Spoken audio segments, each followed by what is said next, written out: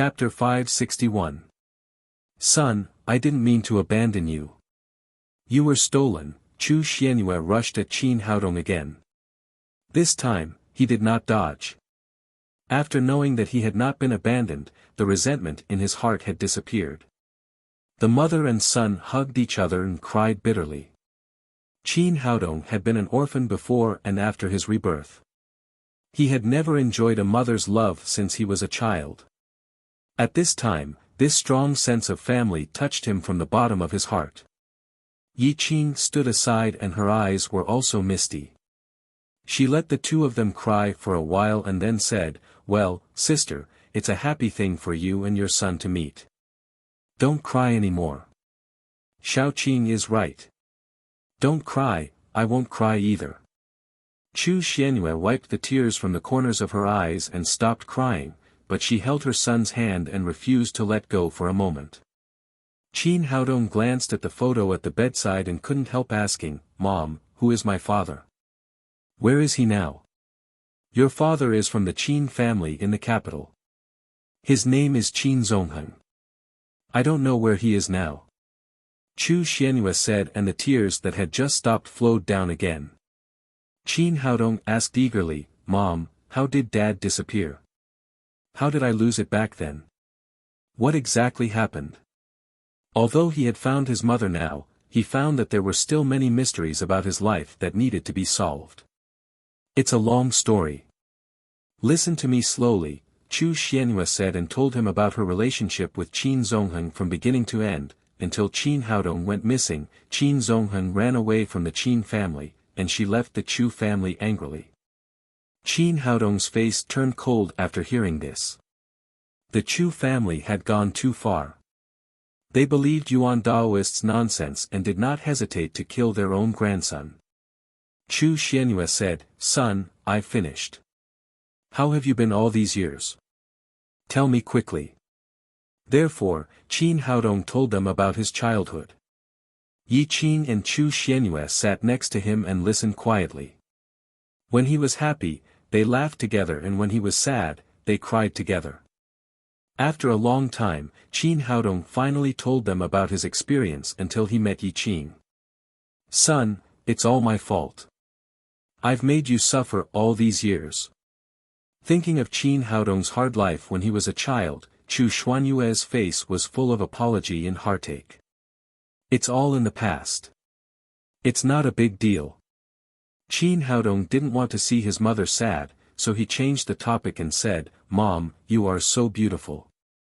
You must have been a famous beauty in the capital, right?" Yi Qing said, "Of course, sister was one of the 2 flowers in the capital, a famous beauty and talented woman."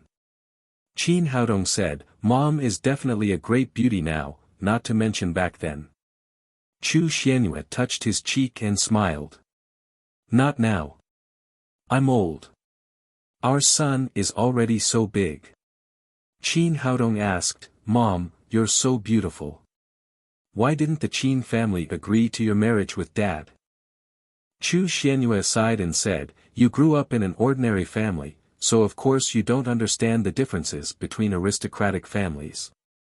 The marriage of the descendants of aristocratic families did not depend on whether the other party was agreeable or not, but on how much benefit the other party could bring to the family. Your father used to be a rare genius of the Qin family. He reached the supreme power realm at the age of 18, and the whole family had high hopes for him.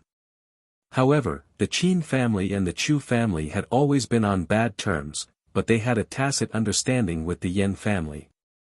Coincidentally, the Yan family also had a peerless genius, Yan Feifei, who was 16 years old at that time. At that time, Yan Feifei and I were called the 2 flowers in the capital. Apart from our appearance, I was good at business management, while she was more outstanding in martial arts. At the age of 16, she was already half a step to the supreme power realm. At that time, both the Qin family and the Yan family had great ambitions, so the masters of both families wanted to pair up with 2 martial arts geniuses. Then the 2 families would join forces and finally defeat the 7 great families in the capital. Under such circumstances, the master of the Qin family certainly wouldn't agree to your father's marriage with me. He forced your father to marry Yan Feifei. In the end, your father ran away from home angrily and there's no news of him now. Hearing this, Qin Haodong sighed and said, these big families really have no human feelings and reason. A forced marriage harmed 3 people. Not only did you and father suffer, but even Yan Feifei became a victim. Chu Xianyue said, by the way, if you meet Yan Feifei in the future, you must stay away from her. Qin Haodong said, why? It was the Yan family who forced her to marry my father. What does it have to do with me? Chu Xianyue sighed and said, after your father ran away from the marriage, Yan Feifei's temperament changed greatly. She felt that Brother Zongheng had humiliated her, so she immersed herself in martial arts all day long. She swore that one day she would take revenge on your father. If she knew that you were Brother Zongheng's son and that you look so similar to him, she might do something irrational. Qin Haodong asked, has Yan Feifei never married? Chu Xianyue said, no, after your father left, she returned to the Yan family and publicly announced to the whole capital that if she didn't kill Qin Zongheng, she would not marry in this life. Qin Haodong exclaimed, isn't that a little too extreme?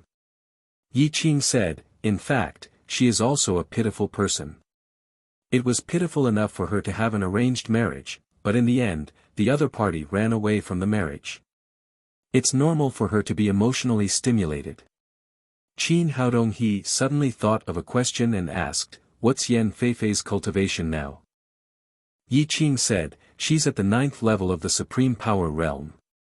She can be said to be the top master among the aristocratic families in the capital. Qin Haodong was shocked. Before he could see his father, there was already such a strong enemy at the 9th level of the Supreme Power Realm. How could he live? He licked his dry lips and asked, isn't it said that every aristocratic family in the capital has 2 9th level Supreme Power Realm masters? Why is Yan Feifei the top master? Chu Xianyue said, in fact, the 9th level of the Supreme Power Realm has only appeared in the past few years. Decades ago, after the great calamity in Wuxia, the masters of all the families were killed or injured. When I fell in love with your father 20 years ago, there were not many Supreme Power Masters in each family, and there was not a single one above the 7th level. Later, Wuxia was peaceful and there were not many wars, so there were many masters in each family. Yan Feifei, as the peerless genius of the Yan family, was the first to reach the 9th level of the Supreme Power Realm. There is also a gap between the 9th level masters. Although there are 9th level masters in other families, they are still a little worse than Yan Feifei. Therefore, she is called the top master in the capital and is also known as the most promising existence to reach the Saint Realm. Qin Haodong said, she's so powerful. She is only 36 years old this year, but she has reached the peak of the 9th level of the Supreme Power Realm. She is indeed a genius in martial arts. Yi Qing said, because of this, I can't let you and my sister meet each other secretly in the name of curing the disease. If that crazy woman knows that Qin Zongheng's son is still alive, I don't know what crazy things she will do. Moreover, with her skills, no one can stop her. Chu Xianyue said, son, you must keep your identity a secret in the future. Don't let others know. Our enemy is not only Yan Feifei, but also the Chu family. Father believes in the old Taoists' words and believes in the nonsense of the land of fairies. If he knows that you are still alive, he will definitely send masters to kill you. I know, Mom. Qin Haodong said, Yan Feifei is already so powerful. If my father was still alive, would he have reached the 9th level of the Supreme Power Realm? Or more accurately, he has already entered the Saint Realm. Chu Xianyue sighed and said, your father thought that you were killed by the Chu family, so he ran away from home angrily. I don't know whether he is dead or alive these years. There is only one way to get him back, and that is to spread the news of your existence. Unfortunately, I'm afraid that before your father can find us, our enemies will have already come to kill us, so we can't do this. Seeing his mother's sad look, Qin Haodong said, "Mom, don't worry. Give me some time. I will return to the capital in 3 years at most. At that time, our family of 3 will be reunited." Seeing that her son was so ambitious, Chu Xianyue said happily, "Son, I have been waiting for so many years. Don't worry, as long as you are safe." Qin Haodong nodded and then said to Yi Qing, "Sister, I should thank you. If it weren't for you, I wouldn't have been able to meet my mother." Chu Xianyue said, "Wait, what did you call Xiao Qing?" Qin Haodong said, "Sister." Chu Xianyue said reproachfully, "You child, how can you do this? Xiao Qing calls me sister. You should call her aunt." Before Qin Haodong could speak, Yi Qing quickly said, "No, no, that will make me look old. You didn't agree to me calling you mother. I can't agree to Haodong calling me aunt. Just call me sister." Chu Xianyue said, "Haodong calls you sister and you call me sister. Isn't the seniority a bit messy?" Yi Qing said with a smile, "It doesn't matter. We can call each other. Anyway, I can't let Haodong call me aunt. Otherwise, the seniority will be messed up. I still want to support him in the future." Chu Xianyue said, "How dare you? You can't do anything to my son. You are an old cow eating young grass. An old cow is still a cow, and young grass is also grass. It doesn't matter. I just want to eat. Haodong doesn't think I'm old, so you can't either." Then she turned around and said to Qin Haodong, "Do you think I'm old? You and Mom will always be young in my heart. You will never be old." Qin Haodong was very grateful to Yi Qing. For so many years, Chu Xianyue had been far away from the Chu family and his father was not by her side. It was this girl and his mother who had gone through the most difficult days together. Yi Qing said to Chu Xianyue proudly, "Look, Haodong doesn't dislike me." While the 3 of them were talking and laughing, Qin Haodong suddenly thought of a serious problem. "Including the person just now, we have already killed 4 elders and masters of the Han family. Will they take revenge on our Haodong group?" The smile on Chu Xuanyue's face immediately disappeared. Mother and son were reunited. They were so happy just now that they had forgotten about the Han family. Yi Qing also became serious. Now they had killed 3 level 6 Supreme Power Masters and a level 7 Supreme Power Master of the Han family. They had also beaten Han Zixing like a dog. This matter would not be easy to resolve. Even if the Han family did not come forward to investigate, Han Zixing would not let it go. After a while, Chu Xianyue said, "Don't worry. At most, I will go back to the Chu family tomorrow.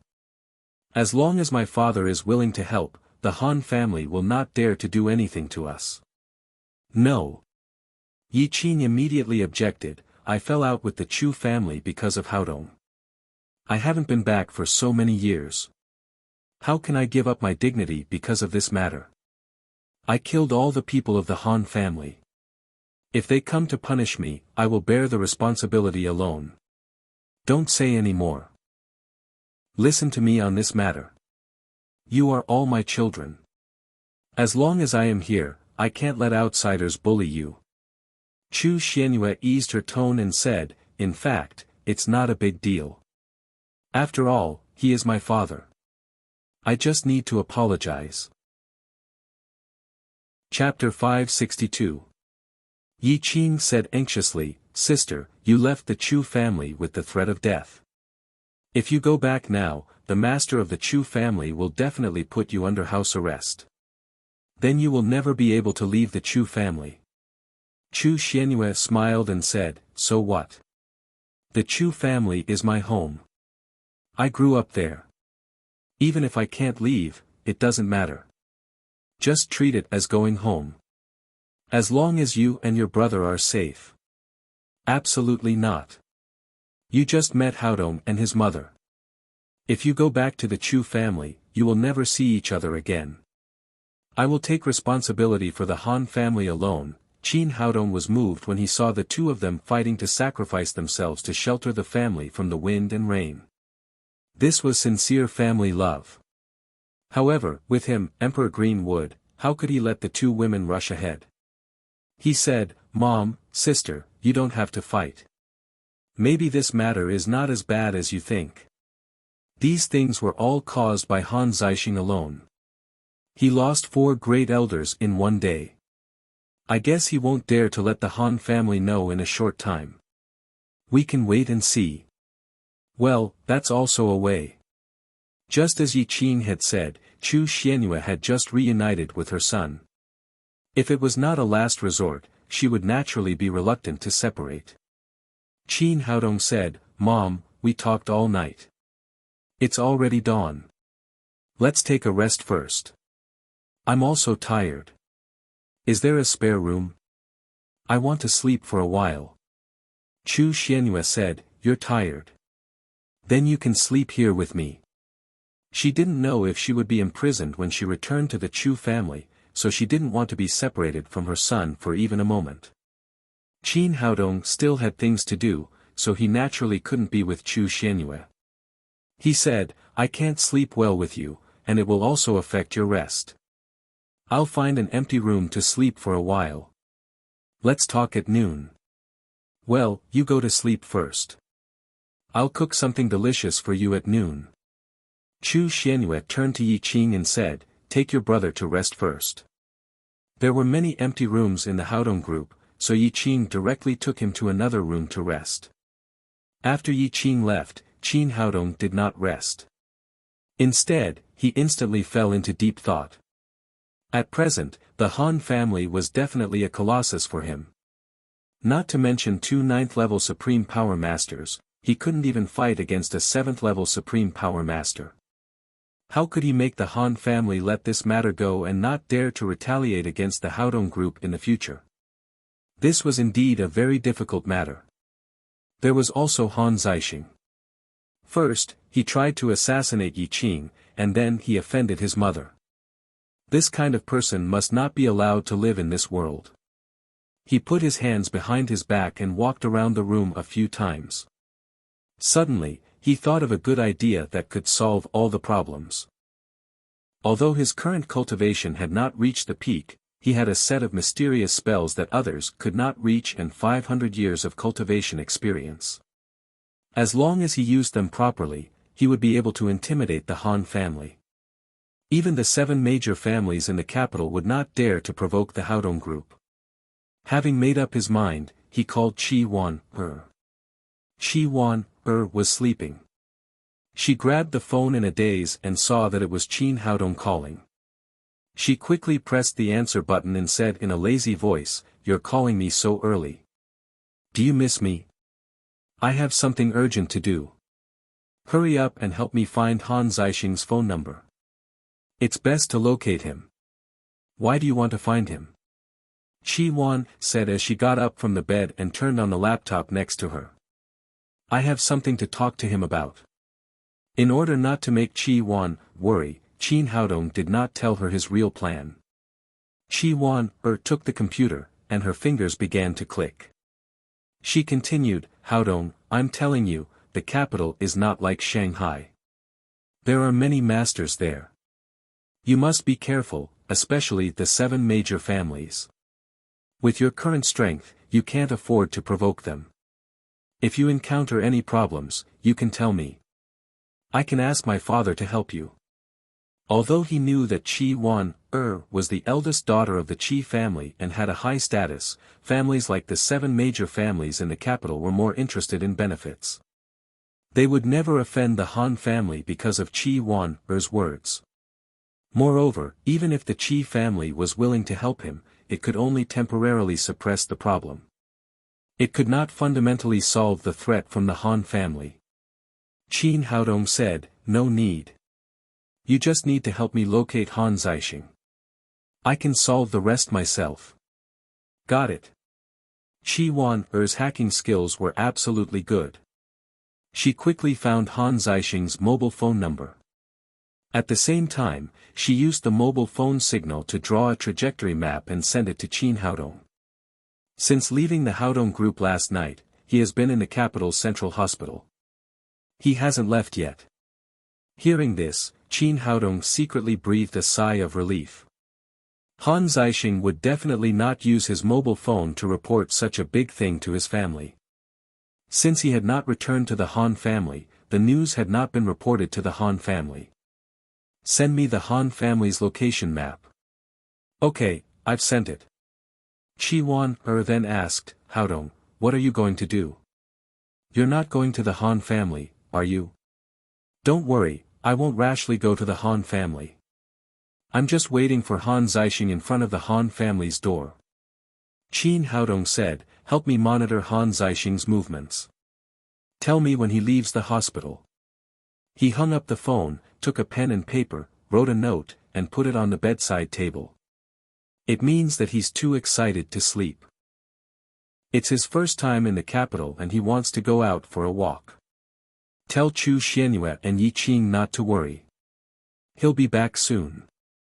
After he finished writing, he opened the window and jumped down from upstairs, landing on the ground silently like a leaf falling from the sky. After leaving the Haodong group, he took a taxi and went straight to the Han family's location. Like the big families in Shanghai, big families like the Han family were generally far away from the hustle and bustle of the city and lived in a huge manor on the outskirts of the city. Half an hour later, Qin Haodong got out of the car and stopped about 500 meters away from the Han family. He looked at the huge manor. It was built against the mountain and should have covered an area of more than 100 acres.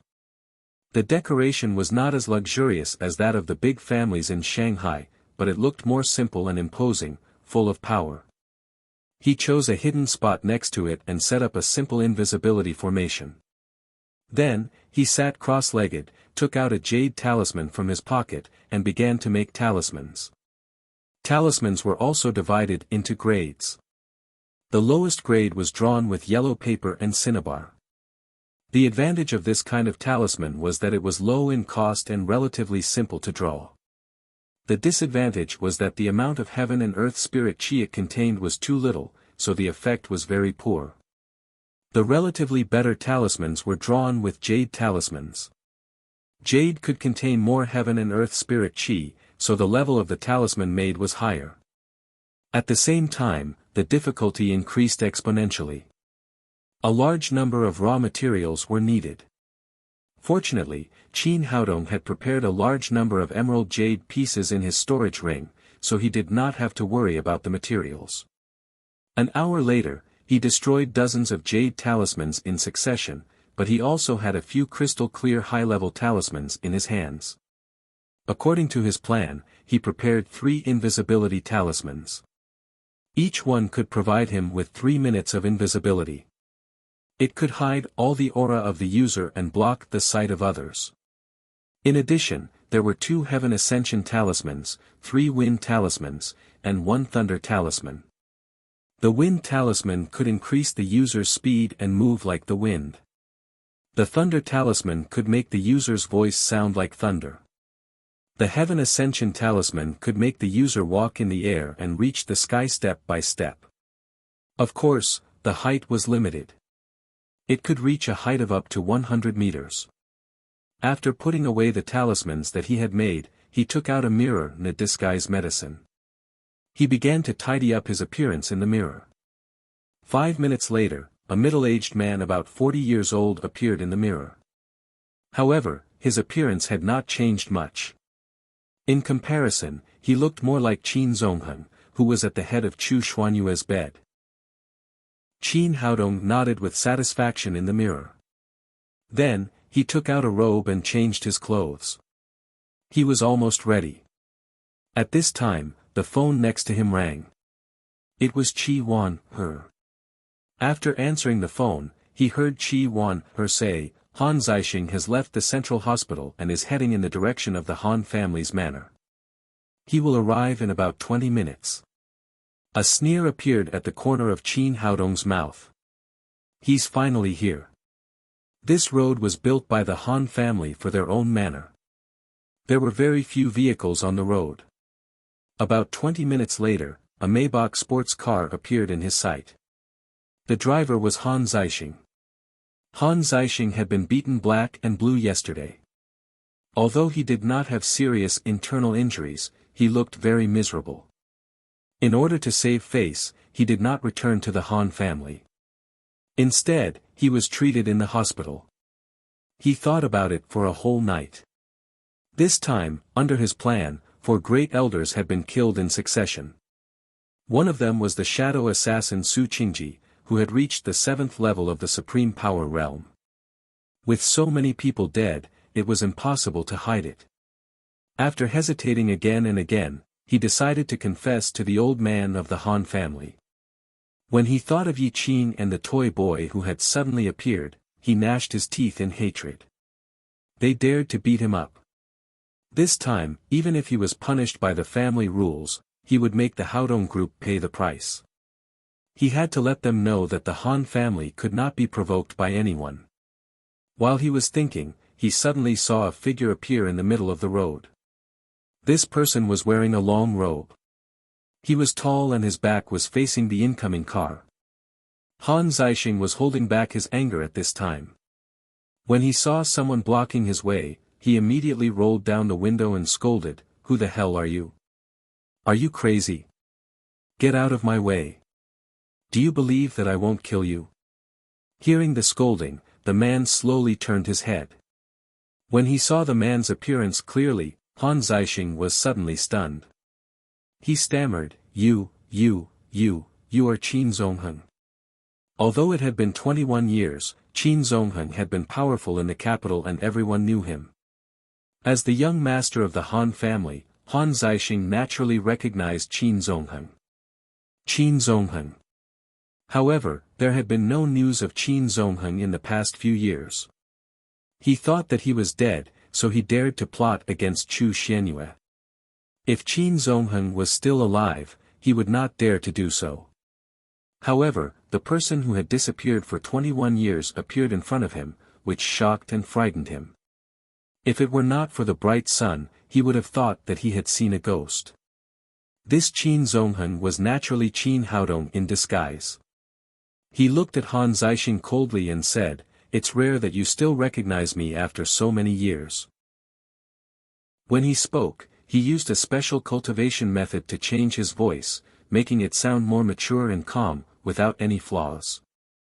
"Yes. I recognize you. What do you want from me?" Han Zixing had just bullied Chu Xianyue. Although he did not succeed, if Qin Zongheng knew about it, he would definitely kill him. It was because of his guilty conscience that he was extremely nervous when he spoke. Qin Haodong's expression turned cold and he shouted sternly, "Han Zixing, don't you know that Chu Xianyue is my woman? How dare you plot against her? Do you not take me, Qin Zongheng, seriously?" Chapter 563. No. I didn't. It's a misunderstanding. Han Zixing was so scared that he almost peed his pants. He couldn't even say a complete sentence. He couldn't be blamed for being timid. It was all because Qin Zongheng's fame was too great. 20 years ago, he was a martial arts genius who dominated the capital. Now that so many years had passed, who knew what level his cultivation had reached? It wouldn't be surprising if he had reached the legendary martial saint level. "Han Zixing, do you think I don't know what you did last night? If I don't kill you today, others will really think that my woman is easy to bully." Speaking of this, a condensed murderous aura rose from Qin Haodong's body. This murderous aura was disguised by his extremely powerful spirit. Even a martial saint expert was nothing more than this. In the courtyard of the Han family, the family master, Han Wuji, stood with his hands behind his back. There was a trace of anger on his face as he said to the housekeeper in front of him, "Where's Zixing? Didn't he come back last night?" The housekeeper said respectfully, "There's no one in the young master's room. This bastard, he only knows how to spend his time outside. No wonder his cultivation can't improve." Han Wuji was speaking when he suddenly stopped and looked in the direction of the door with a horrified expression. Murderous aura. What a shocking murderous aura. Who the hell was this? There was such a strong murderous aura in front of the Han family's door. Who was he going to attack? At the same time, the other experts of the Han family also felt this amazing aura.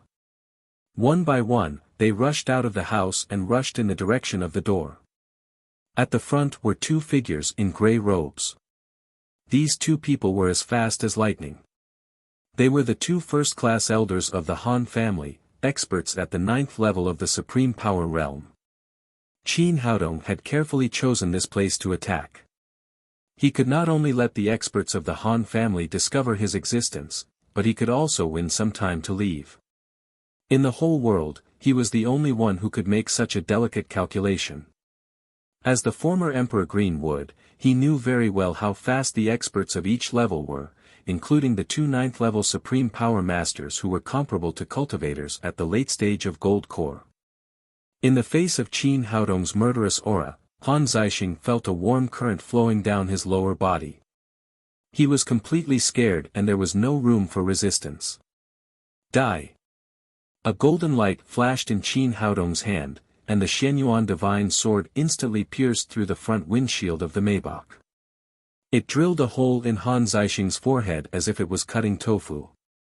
Then, it came out of the rear windshield and returned to Qin Haodong's hand. At this time, the fastest two 9th level Supreme Power Masters had already rushed out of the Han family's gate.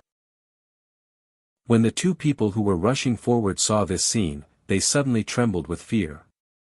Controlling a sword to kill people, that's a cultivation that only a half-saint can possess. Could it be that this person has already reached the half-saint realm?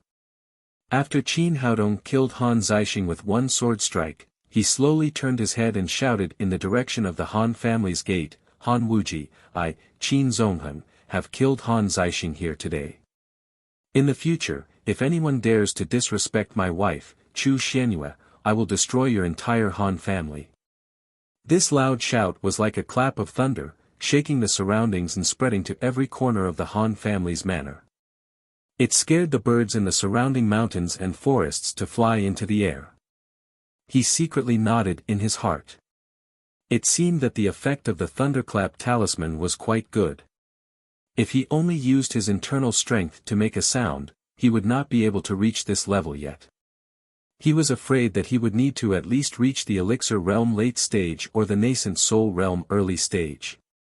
At the same time, the two 9th level Supreme Power Masters in the front were less than 300 meters away from him. He knew that he couldn't stay any longer. If he got too close to these two 9th level Supreme Power Masters, it was very likely that he would be exposed.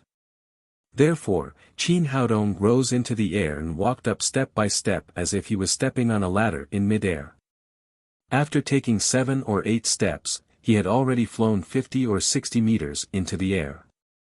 At this time, the two 9th level Supreme Power Masters were only 100 meters away from him. Seeing this scene in front of them, the two of them were so scared that they stopped in their tracks. They opened their mouths wide and shouted in horror, lifting heavy things as if they were light and flying in the air. This is a saint. Then, a scene that made them even more frightened happened again. Qin Haodong's figure suddenly disappeared in mid-air, and even his aura disappeared completely. Teleportation. Oh my God, it's really a saint. The two 9th level Supreme Power Masters were so frightened that they fell to the ground. At the same time, the other experts of the Han family also rushed out and saw the scene in front of them in shock. Han Wuji's face was livid as he led many experts of the Han family to the front of the Maybach. At this time, Han Zixing was lying in a pool of blood and there was no longer any vitality. He turned around and said to the two 9th level Supreme Power Masters, second brother, third brother, you came the fastest. What did you see? The two 9th level Supreme Power Masters were both his cousins. One was called Han Wuwei, and the other was Han Wujiu. In a big family like theirs, generally speaking, the master of the family was not the person with the highest cultivation. Because once he sat in the position of the family master, he would have to divide his energy to manage the family affairs. He could not concentrate on martial arts like the elders, so his cultivation would naturally be greatly affected, unless he was a martial arts genius like Qin Zongheng. At this time, Han Wujiu still had a frightened expression on his face as he said, Qin Zongheng. It's Qin Zongheng from the Qin family. I didn't expect him to have reached the Saint Realm.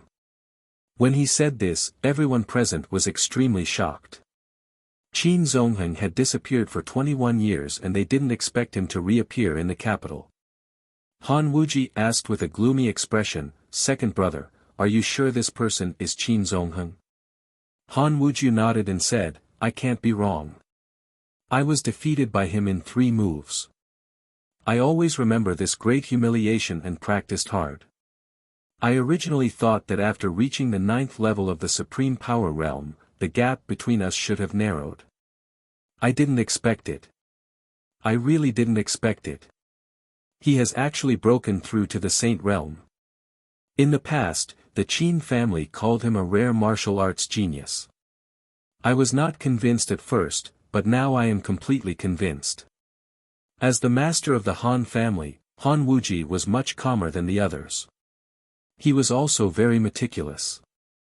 He asked with some uncertainty, "Second brother, among the families in the capital, there are so many 9th level Supreme Power Masters, but none of them can break through to the Saint Realm. Many people even think that the Saint Realm is just a legend. Are you sure that Qin Zongheng has broken through this threshold?" "Big brother, I can't be wrong," Han Wuwei said with a solemn expression. "Originally, he killed Zixing through the air. I thought that his cultivation had only reached the half-saint realm, but later, Qin Zongheng used floating air and teleportation. These are definitely abilities that can only be possessed by people who have reached the Saint Realm. I can't be wrong." Han Wujiu also said, "It's true. Although third brother and I haven't touched the threshold of the Saint Realm, it's impossible for ordinary people to pretend to be the winner in front of us. Whether it's the murderous intent shown by Qin Zongheng, or the teleportation later, and floating air, they are all real Saint Realm cultivation. There can't be any falsehood." Seeing that the 2 9th-level Supreme Power Masters were so sure, Han Wuji no longer had any doubts. He waved to the people around him and said, "Pass down my order. Immediately hold an emergency family meeting." At the same time, he said to a middle-aged man next to him, "Go and find out what Zixing has done. He actually lured Qin Zongheng out." The middle-aged man was Han Zai, the eldest son of the 2nd generation of the Han family. He controlled a huge intelligence system in his hands. After receiving the order from the family master, he immediately strode into the Han family's manor. The intelligence system that the Han family had operated for many years began to operate at high speed. Half an hour later, Han Wuji sat in the Han family's conference hall.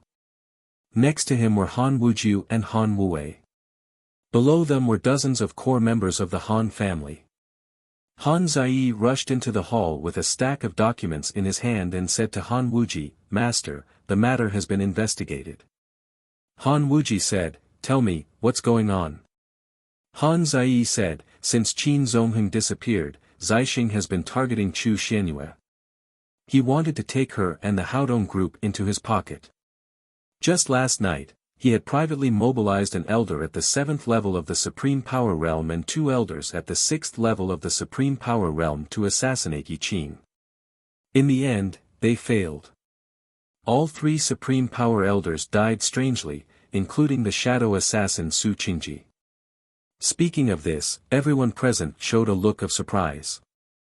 3 Supreme Power Elders and a 7th level Supreme Power Master, Su Qingji, had died just like that. Han Wuji asked with a livid face, "Did you find out who did it? Was it Qin Zongheng?" Han Zai said, "Time is running out. We haven't found out yet." Han Wuji knew that assassinating Yi Qing was not enough to anger Qin Zongheng. He said, "Go on." Han Zai said, after sending someone to assassinate Yi Qing, Zixing took Zhang Jingsheng, a 6th level Supreme Power Master, to the Haodong group. First, he asked Zhang Jingsheng to pretend to be a doctor and treat Chu Xianyue. Then, he tried to molest her. Hearing this, everyone understood that this was the root cause of Qin Zongheng's anger. Han Zixing was really bold. He actually tried to molest Chu Xianyue. Wasn't he trying to make Qin Zongheng a cuckold? Han Wuji asked, what happened? Han Zai said, in the end, Yi Qin just came back and killed Zhang Jingsheng. At the same time, she beat Zixing up and then drove him out of the Haodong group. Hearing this, everyone breathed a sigh of relief. Han Wuji's back even broke out in a cold sweat. Fortunately, Han Zixing did not succeed. Otherwise, Qin Zongheng would not have just killed him. The entire Han family would have been buried with him. Although the Han family was one of the 7 most powerful families in the capital, and there were many experts in the family, the strength of a saint was not something that ordinary people could imagine. Based on the situation today, no one could fight against a furious Qin Zongheng. Han Wuju said, judging from the current situation, Qin Zongheng was not in the capital at that time. He came back after hearing the news. Han Wuwei said, Han Zixing, that bastard, almost destroyed our entire Han family. Up to now, the entire Han family had been shocked by the powerful strength shown by Qin Zongheng. Everyone's heart was filled with fear. No one was angry that Qin Zongheng had killed Han Zixing, and no one was sad for his death at all. Han Wuju said, Big brother, what do you think our Han family should do next? Han Wuji said, pass down my family master's order. Before our Han family has a saint-level master, no one is allowed to provoke the Haodong group. No one is allowed to have any ideas about Chu Xianyue. Otherwise, they will be killed without mercy. We will obey the family master's order. No one present objected to this order. They even breathed a long sigh of relief. Many people were afraid that Han Wuji would retaliate against the Haodong group. At that time, they would all become cannon fodder under Qin Zongheng's sword. Qin Haodong did not know about this, nor did he know how much shock he had brought to the Han family. After using the invisibility talisman, he quickly crushed a wind talisman and turned into a meteor as he fled into the distance. Chapter 564. Qin Haodong did not know if his performance just now had exposed himself. In the face of so many masters of the Han family, as long as he showed a slight flaw, he would immediately face the pursuit of a large number of supreme power masters. Not to mention the others, the 2 powerful 9th-level supreme power masters were enough to crush him to pieces. Therefore, he did not stop and used 3 wind talismans in a row. Under the operation of the golden elixir, his speed was brought to the extreme. He rushed forward like a meteor. Fortunately, it was deep in the mountains and forests, so he did not attract the attention of others. With a crack, the 3rd wind talisman broke and the jade in his hand completely turned into powder. At this time, he had already run for 70 or 80 miles before he stopped. He looked around. It was a beautiful place. There was a towering mountain in front of him and a small river flowing at the foot of the mountain. Moreover, Qin Haodong felt that the spiritual qi here was much stronger than in other places.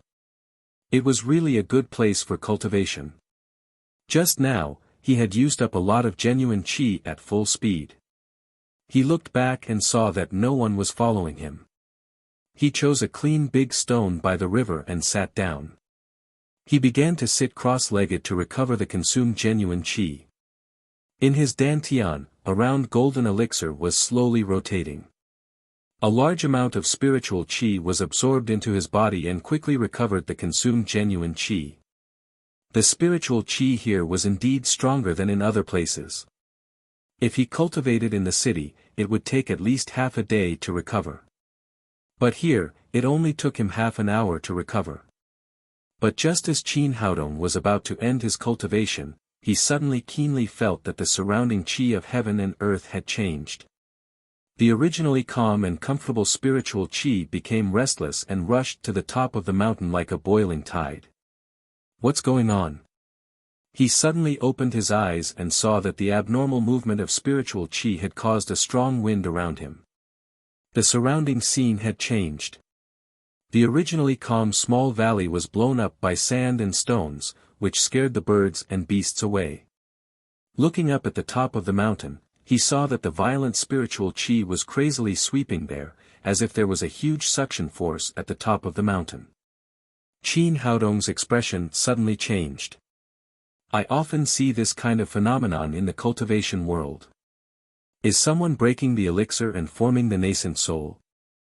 There should be no cultivators in the nascent soul realm on earth, so someone is breaking the bottleneck. Who the hell is it? Is there such a master in the capital?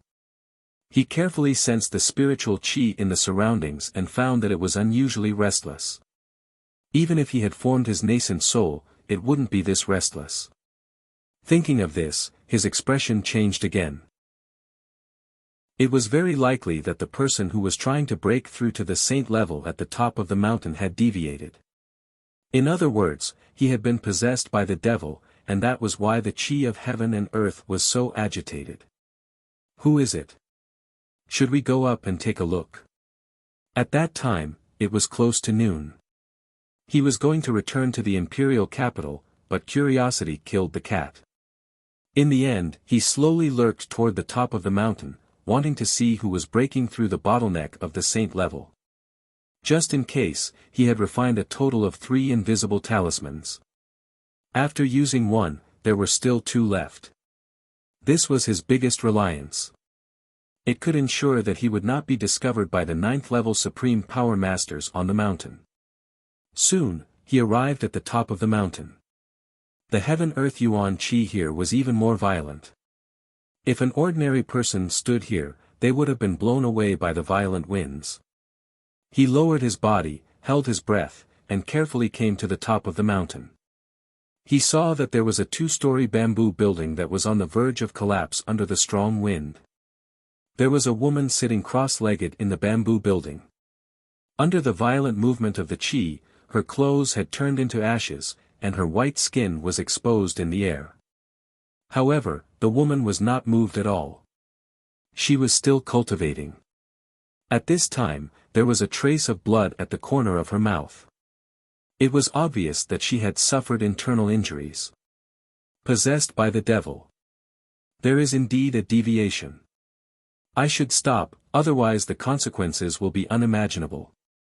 Knowing that the woman was at a critical moment of cultivating and would not pose a threat to him, Qin Haodong immediately relaxed. His powerful spirit swept over like a radar to check the woman's situation. Soon, he found the problem. This woman turned out to have an extremely rare mysterious Yin body. No wonder she could break through the bottleneck of the saint level at such a young age. Women with mysterious Yin body were generally martial arts geniuses. They made rapid progress in cultivation, far surpassing ordinary people. However, there was also a shortcoming of the mysterious Yin body, which was that it had extremely high requirements for cultivation methods. It had to be an extreme Yin attribute cultivation method. However, this woman cultivated a cultivation method that emphasized the balance of Yin and Yang. This situation was not obvious at the beginning, but as the cultivation deepened, the drawbacks became more and more prominent. It would make people's physique cold and have a strange personality. It was already commendable that this woman cultivated to the peak of the 9th level of the supreme power realm with the mysterious Yin body, but it was impossible for her to break through the bottleneck of the saint level. It was a pity that only he, the Emperor Greenwood, who had 500 years of experience, understood this truth. There were probably only a few people on Earth who understood it. Obviously, this woman did not understand it. The most terrible thing was that this woman was still a virgin. A mysterious Yin body that had not yet released her primordial Yin was simply courting death by relying on the balance of Yin and Yang to break through the bottleneck of the saint level. When the Yang Qi was not enough to balance the Yin Qi, it would inevitably cause the Yin Qi to backfire. If it was light, the person would become disabled, and if it was heavy, they would die. At this moment, the woman suddenly spat out a large mouthful of blood. After the blood fell on the ground, it quickly turned into dark red ice, which showed how cold the body was. However, this woman was extremely persistent. Even after suffering such a serious internal injury, she did not have any intention of stopping. She still urged the genuine qi in her body to break through the bottleneck of the saint level. In this way, the qi of heaven and earth on the top of the mountain became more and more violent. With a crisp sound, the invisibility talisman that Qin Haodong used could not withstand the restlessness of the qi and broke into powder. Qin Haodong secretly shouted that it was not good. It was very dangerous to be exposed in front of a master who had been possessed by the devil. He might lose his life here. He turned his head and was about to escape, but it was too late. At this time, there was a world of ice and snow on the top of the mountain, and he was the only source of heat. The woman who was cultivating was covered with frost at this time. She immediately noticed his existence and appeared in front of him in a flash. At this moment, the gap between the third level of the Supreme Power Realm and the ninth level of the Supreme Power Realm was vividly displayed. Although this woman had suffered internal injuries, she was still not someone that Qin Haodong could resist. She opened her arms and held Qin Haodong in her arms as if she was holding a child. She seemed to feel that his mouth was a source of heat and kissed him fiercely.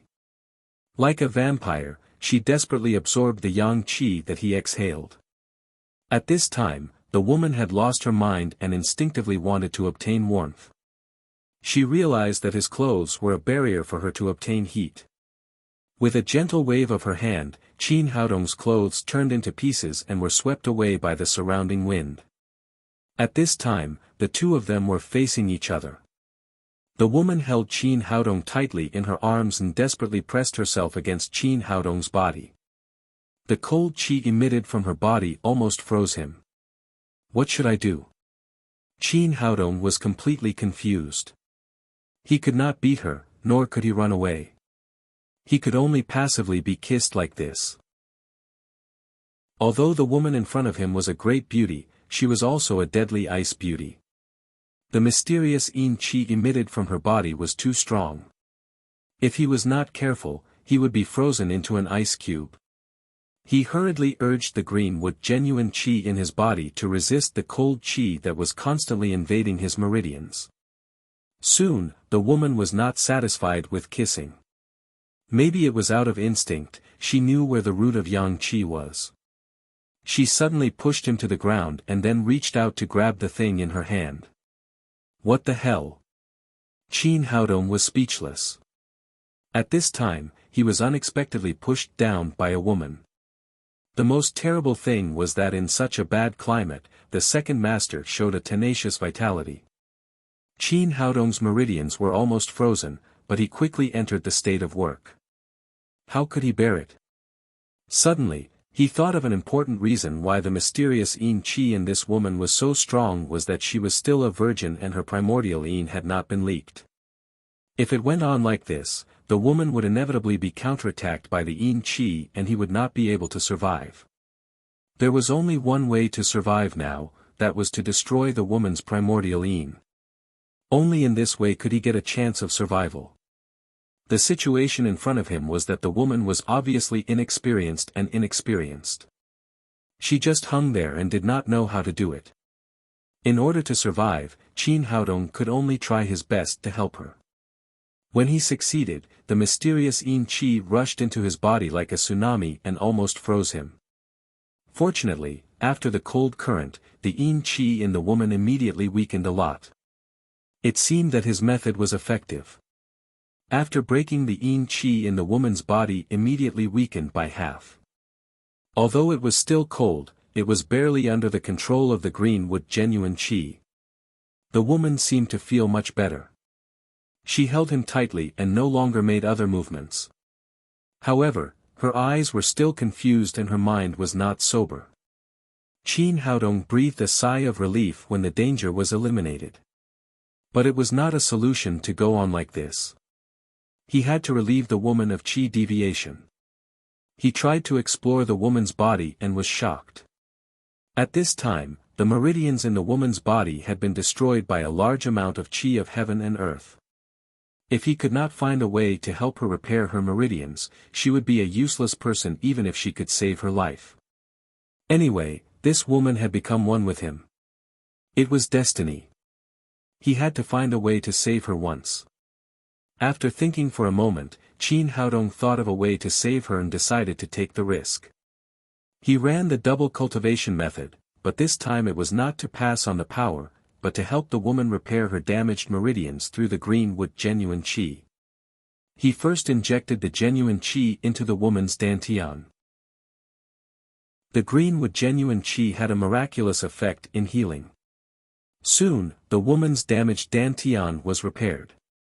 Then he guided the woman's genuine qi to slowly expand to the outside meridians. Since he wanted to help this woman, he decided to help her to the end. When he was in the cultivation world, he had obtained a xianin formula, which was especially suitable for people with yin properties to cultivate. Therefore, Qin Haodong directly changed the woman's route and created a meridian circulation in her body according to the route of the xianin formula. It turned out that this method was effective. When Qin Haodong guided the woman's genuine qi to establish a big circulation in her body, the originally violent mysterious yin qi quickly gathered in her dantian like birds returning to their nests. Although the route had been changed, the purity and quantity of the genuine qi had not changed. She was still at the 9th level of the supreme power realm. With the genuine qi as a guarantee, the speed of recovery was several times faster. It's done. Qin Haodong was finally relieved. If she had not met him today, even if this woman did not die, she would be a useless person and would never be able to cultivate again. But now it was a blessing in disguise. Not only did she save her life, but her cultivation of the 9th level of the supreme power realm was not damaged. The most important thing was that she had obtained a superior cultivation method that was suitable for her physique. As long as she took care of her injuries and cultivated for a period of time, it would not be difficult for her to break through to the saint realm. Chapter 565. The woman's genuine qi stabilized and the spiritual qi on the top of the mountain slowly returned to normal. The storm slowly disappeared and everything returned to normal. She seemed to realize that the danger had passed and that she had overdrawn too much qi in the qi deviation, so she lay on the ground and fell asleep. Qin Haodong got up, took out a set of clothes and put them on again. Seeing the pool of red on the ground, he could not help but smile bitterly in his heart. It was really fate. He just wanted to sneak up to take a look and then leave, but he did not expect that things would turn out like this. He was actually pushed down by someone. He looked at the woman who was sleeping soundly. She was indeed a beauty. She was born with an extremely beautiful face, and because she practiced martial arts all year round, there was not a trace of excess fat on her body. Her curves were so perfect that there was not a single flaw. He looked around and found that the bamboo building where the woman had lived had been razed to the ground by the storm. All kinds of furniture and utensils inside had been blown down the mountain, and only a blanket was hanging on the treetop next to it. He raised his hand and the Xian Yuan sword shot out like lightning and cut off the branch. Then he caught the blanket that had fallen and gently covered the woman's body. He had very complicated feelings about this woman. They had gotten married by chance and he had tried his best to save the woman's life. But the world was changeable. No one knew what this woman was thinking. What if she killed him for taking her chastity out of anger when she woke up? In the face of a 9th-level Supreme Power Master, he did not even have a chance to resist. In order to avoid danger, he had to leave, but the woman was in a coma and he could not leave too early. Otherwise, it would be troublesome if she met bad people. He chose a clean big stone and sat down, paying attention to the woman in front of him. As long as she showed signs of waking up, he would leave immediately. As time passed, the woman might have consumed too much energy. She was still in a coma and did not show any signs of waking up. Qin Haodong looked at the time and found that it was already past noon. Chu Xianyue and Yi Qing must be anxiously looking for him. He took out his mobile phone and wanted to make a call, but found that there was no signal here. He had no choice but to put away his mobile phone, take out a pen and paper from the storage ring, and write down the whole set of the Xianin formula. Finally, he indicated the reason why the woman had failed to reach the saint realm. He told her that she had to give up the previous cultivation method and practice the Xianin formula again. After that, he left behind 10 energy-gathering pills and wrote down the instructions for women to consume during cultivation.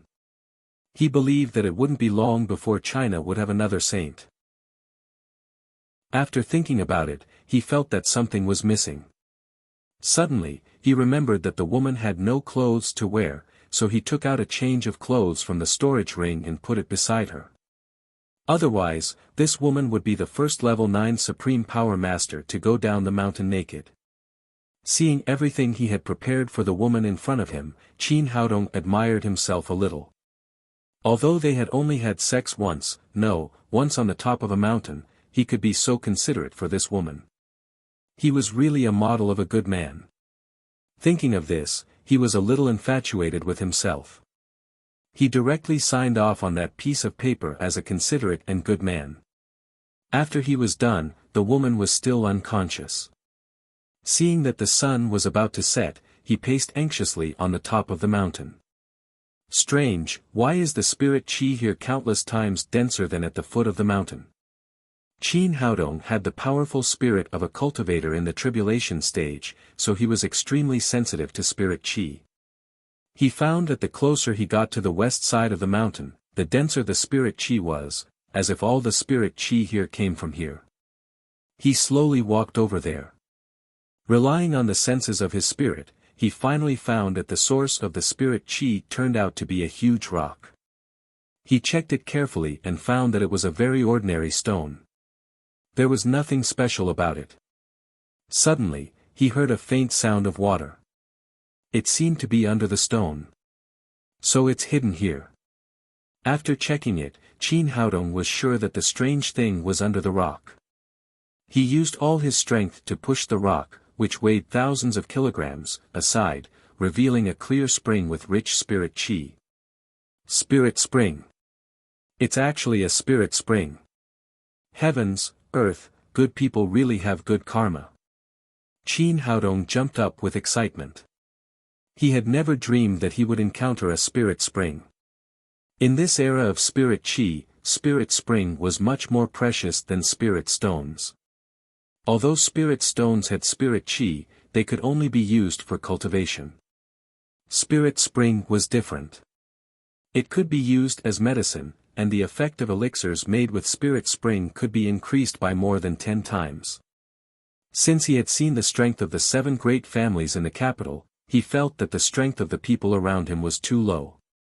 He had to at least improve them to the supreme power realm. Originally, relying on the elixirs he refined, he could achieve this goal in 2 or 3 years, but he still felt that it was too slow. Now the spirit spring gave him a chance to speed up. When he went back, he would use the spirit spring as medicine to refine the enhanced versions of the spirit culturing elixir and the energy restoring elixir. It would definitely make the cultivation of the people in the Daddy Security Company soar. Thinking of this, he excitedly took out a bucket and filled it with all the spiritual liquid in the spirit spring. In fact, the spirit spring was almost exhausted. There were only about 10 liters of spiritual liquid left. Even if he didn't come to collect it, it would disappear naturally in another 10 or 20 years. When he returned to the woman, Qin Haodong was still excited and couldn't help kissing her on the cheek. She had found a spirit spring just after they had sex. She was really a woman who brought good fortune to her husband. Now it seemed that the woman only knew that this place was full of spirit qi and was a good place for cultivation, so she built a bamboo building here, but she didn't find the existence of the spirit spring. After kissing her cheek, he kissed the woman's delicate red lips. They were chubby and had a hint of sweetness. It felt really good. Just as he was savoring the kiss, he suddenly found that one of the woman's little fingers twitched. Oh no, she's going to wake up. Qin Haodong quickly jumped up from the ground and ran down the mountain like the wind. She was a 9th level Supreme Power Realm Master. If she knew that he had just kissed her, it was very likely that she would cut off his penis. He ran more than 1,000 meters away in one breath. After confirming that it should be safe here, Qin Haodong hid in a tree and looked back at the top of the mountain. He saw a fair-skinned figure standing up. The woman had regained consciousness, which meant that she was safe. Qin Haodong did not stay any longer and rushed down the mountain. In the Haodong group, Chu Xianyue and Yi Qing were as anxious as ants on a hot pan. They had just found Qin Haodong, who had been missing for many years, but in the blink of an eye, he disappeared again. How could they not be anxious? At noon, Chu Xianyue prepared the meal and went to the room to call her son to eat. When she opened the door, she did not see Qin Haodong. However, at that time, she saw the note left on the bedside, so she was not too anxious. She sat at the dining table with Yi Qing and waited. But after waiting for a long time, she still did not see him come back. Yi Qing began to call Qin Haodong, but she could not get through. Chu Xianyue said worriedly, "Xiao Qing, where do you think Haodong could have gone?" "Sister, don't worry. Maybe Su Haodong just went out for a walk. He is not familiar with the capital, so he came back a little late." Although Yi Qing was also anxious, in order to comfort Chu Xianyue, she could only pretend to be calm. In this way, the two of them waited from noon to evening, but they still did not see Qin Haodong. The phone was still not connected. During this period, Yi Qing sent countless people out to look for Qin Haodong, but there was still no news. This time, Chu Xianyue completely broke down. "Xiao Qing, do you think Haodong went to the Han family? How could he? That's impossible, right? Haodong is not a reckless person." Although she had not been with Qin Haodong for a long time, she felt that her brother was calm and not the kind of person who was impulsive. Chu Xianyue choked and said, "Then where do you think he can go in broad daylight? He must be in danger." "This. Sister, don't worry. Maybe he will come back soon." "No, I can't wait any longer. Haodong must have gone to get even with Han Zixing. I must find a way to save him." Chu Xianyue said as she put on her clothes and said to Yi Qing, "I will go to the Chu family now and beg my father. If he can't come back, the Haodong group will be handed over to you and your brother. You are the elder sister, so you must take good care of Haodong." Yi Qing grabbed her arm and cried, "Sister, you can't go." Chu Xianyue said with a determined face, "Xiao Qing, don't stop me. I will save Haodong even if I have to risk my life." At this moment, Xiao Qing's phone rang. She glanced at the caller ID and quickly cried, "Sister, don't leave in a hurry. The person I sent to the Han family to inquire about the news is calling." As she spoke, she pressed the answer button. After listening to a few words, her expression suddenly changed. Chu Xuanyue's heart suddenly jumped and she asked anxiously, "Xiao Qing, what's wrong? Is there any news of Haodong? Did something happen to him?" Yi Qing said, "Sister, don't worry. There's no news from Haodong yet. He didn't go to the Han family, but something big happened there." "What is it?" Hearing that it had nothing to do with Qin Haodong, Chu Xuanyue's heart immediately relaxed. What she was most concerned about now was her son's safety. Yi Qing said, "Han Zixing is dead." "What? Han Zixing is dead? Who killed him?" Chu Xuanyue's nerves tightened again. This news was enough to shock her. Who dared to attack the Han family in the capital? With Yi Qing's character, she had only beaten Han Zixing yesterday. It could be seen how great the Han family's deterrence in the capital was. "I heard it was brother-in-law." Chu Xianyue was already shocked enough, but when Xiao Qing said these words, she suddenly jumped up. Her face was full of disbelief. "Xiao Qing, what did you say? Is there a mistake?" She couldn't believe her ears. Xiao Qing was an orphan she had picked up. The only brother-in-law she mentioned was Qin Zongheng. However, Qin Zongheng had disappeared for 21 years. How could he have killed Han Zixing? "There's no mistake. I just got the news that brother-in-law is back. Yi Qing slowly recovered from the shock. She sorted out her thoughts and said, just this morning, brother-in-law went to the Han family alone with a sword and killed Han Zixing on the spot in front of the Han family's gate. What? Brother Zongheng went to the Han family? How is he now? Is he in danger? Chu Xianyue was shocked at first, but then it turned into panic. Although Qin Zongheng was known as a martial arts genius, the Han family was one of the 7 great families in the capital. They had 2 9th-level Supreme Power Masters and countless other Supreme Power Masters. How could one person fight against them? Sister, don't worry. Yi Qing said, I heard that brother-in-law has reached the Saint Realm.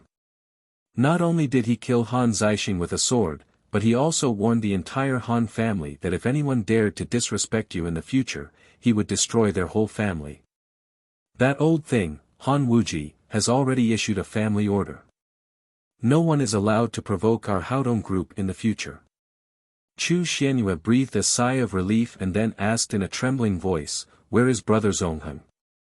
Why didn't he come to see me? Chapter 566. Yi Qing's expression froze and she said with some embarrassment, I heard that after killing Han Zixing, brother-in-law flew away. As for why he didn't come to see you, maybe he has something else to do or something that's difficult to say. I know. Brother Zongheng must still be blaming me for losing my son. Chu Xianyue began to cry as she spoke. Yi Qing quickly tried to persuade her, but it didn't work. The more Chu Xianyue cried, the sadder she became.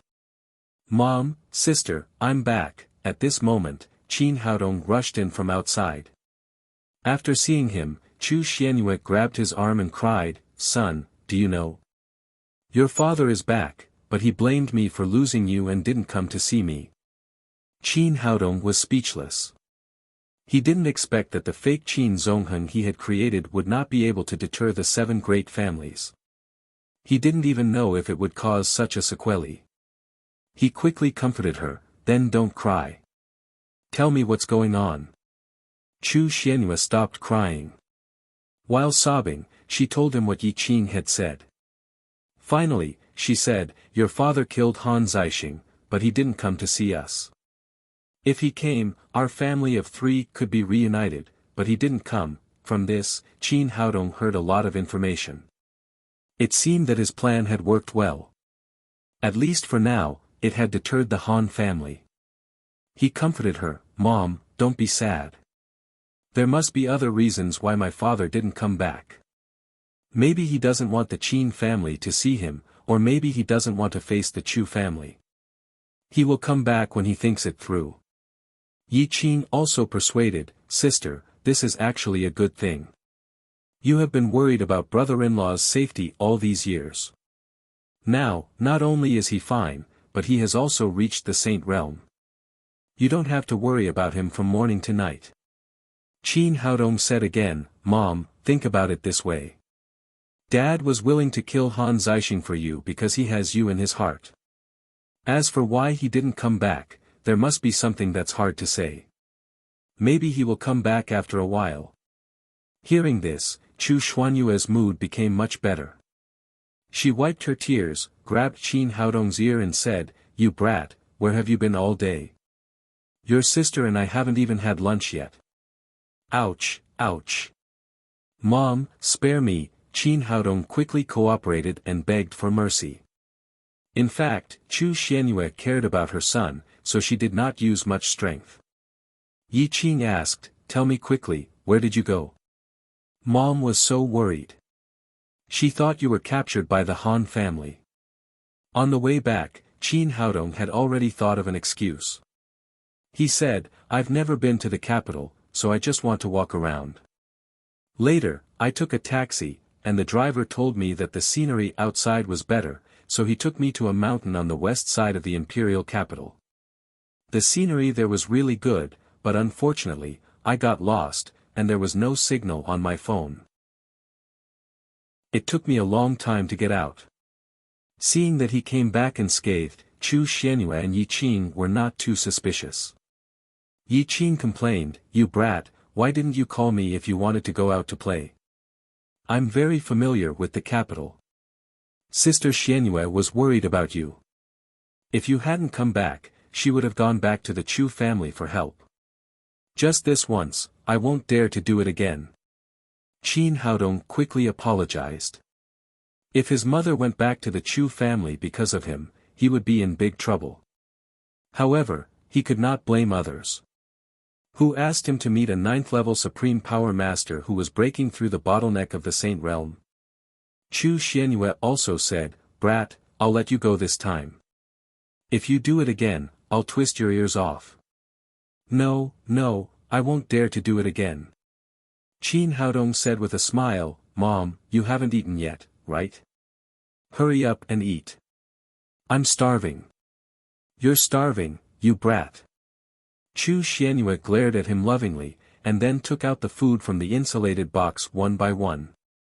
The three of them sat down and ate together. After dinner, Qin Haodong secretly pulled Yi Qing aside and asked, "Sister, let me ask you something. What's the name of the mountain on the west side of the capital? There's a small river at the foot of the mountain. The scenery is so beautiful." Yi Qing said, "According to the direction you described, it should be Shenbao Mountain. It's said that immortals once lived there. Not only is the scenery beautiful, but the air is also fresh." "Oh." Qin Haodong nodded and asked, "Which 9th-level Supreme Power Master in our capital is a woman? Or a very young and beautiful one? Why are you asking this? Do you want to take advantage of her?" Qin Haodong said, "No, no, I'm just asking casually. I'm curious." Yi Qing said, "You don't have to be curious. If you meet a young and beautiful 9th-level Supreme Power Master one day, you'll run as far as you can." "Why?" Qin Haodong asked in confusion. "Because the only female 9th-level Supreme Power Master in the capital is Yan Feifei, and she's very well maintained. She looks like a young girl and you can't tell that she's a woman in her 30s at all. Ever since brother-in-law ran away from the marriage, this woman's temperament has changed greatly. There's no reason at all. She keeps shouting that she wants to improve her cultivation and take revenge on brother-in-law. If she knew that you're brother-in-law's son, she would probably cut you off on the spot." Hearing Yi Qing's words, Qin Haodong's face was full of horror. He felt his legs go soft and he plopped down on the sofa behind him. What the hell is going on? The woman whose father ran away from the marriage actually went to the top of the mountain with me. It's too melodramatic. Fortunately, I didn't foolishly stay and ask her name. Otherwise, this woman would go berserk when she saw my appearance. It would be a light punishment if I was sent to the palace to be a eunuch. Maybe I would be chopped into pieces on the spot. Only then did Yi Qing notice his abnormality. She asked, "Little brother, what's wrong with you?" No. Nothing. I'm just a little scared." Qin Haodong was still hesitating about whether he should tell Yi Qing about what had happened this afternoon. Now it seemed that he couldn't say it even if he was beaten to death. It would be best if he let it rot in his stomach. He would never see Yan Feifei again in this life. "Look at your courage. You're actually so scared." Yi Qing said, "In fact, you don't have to worry too much. Although Yan Feifei is crazy, she usually doesn't live in the capital these years. Instead, she usually cultivates on Shenbao Mountain. Usually, you won't see her even once in a few years." Speaking of this, she suddenly realized something and said to Qin Haodong, "By the way, you also went to Shenbao Mountain today. Did you meet Yan Feifei?" Qin Haodong quickly waved his hand and said, "No, I really didn't. I didn't see anyone." Yi Qing's words once again confirmed that the woman he met on Shenbao Mountain was undoubtedly Yan Feifei, which made him want to vomit blood. "I guess not. If you met Yan Feifei, you wouldn't have been able to come back alive." Yi Qing did not doubt Qin Haodong's words. She continued, "In the future, you should work hard to cultivate. Before you reach the 9th level of the Supreme Power Realm, you'd better not go back to the capital, let alone reveal your identity. Otherwise, if the Chu family or the Yen family finds out, it will be big trouble. Qin Haodong took a deep breath, calmed down his complicated emotions and said, "Got it, sister. Tomorrow, I'll stay at home with you and Mom for a day, and then I'll go back to Shanghai."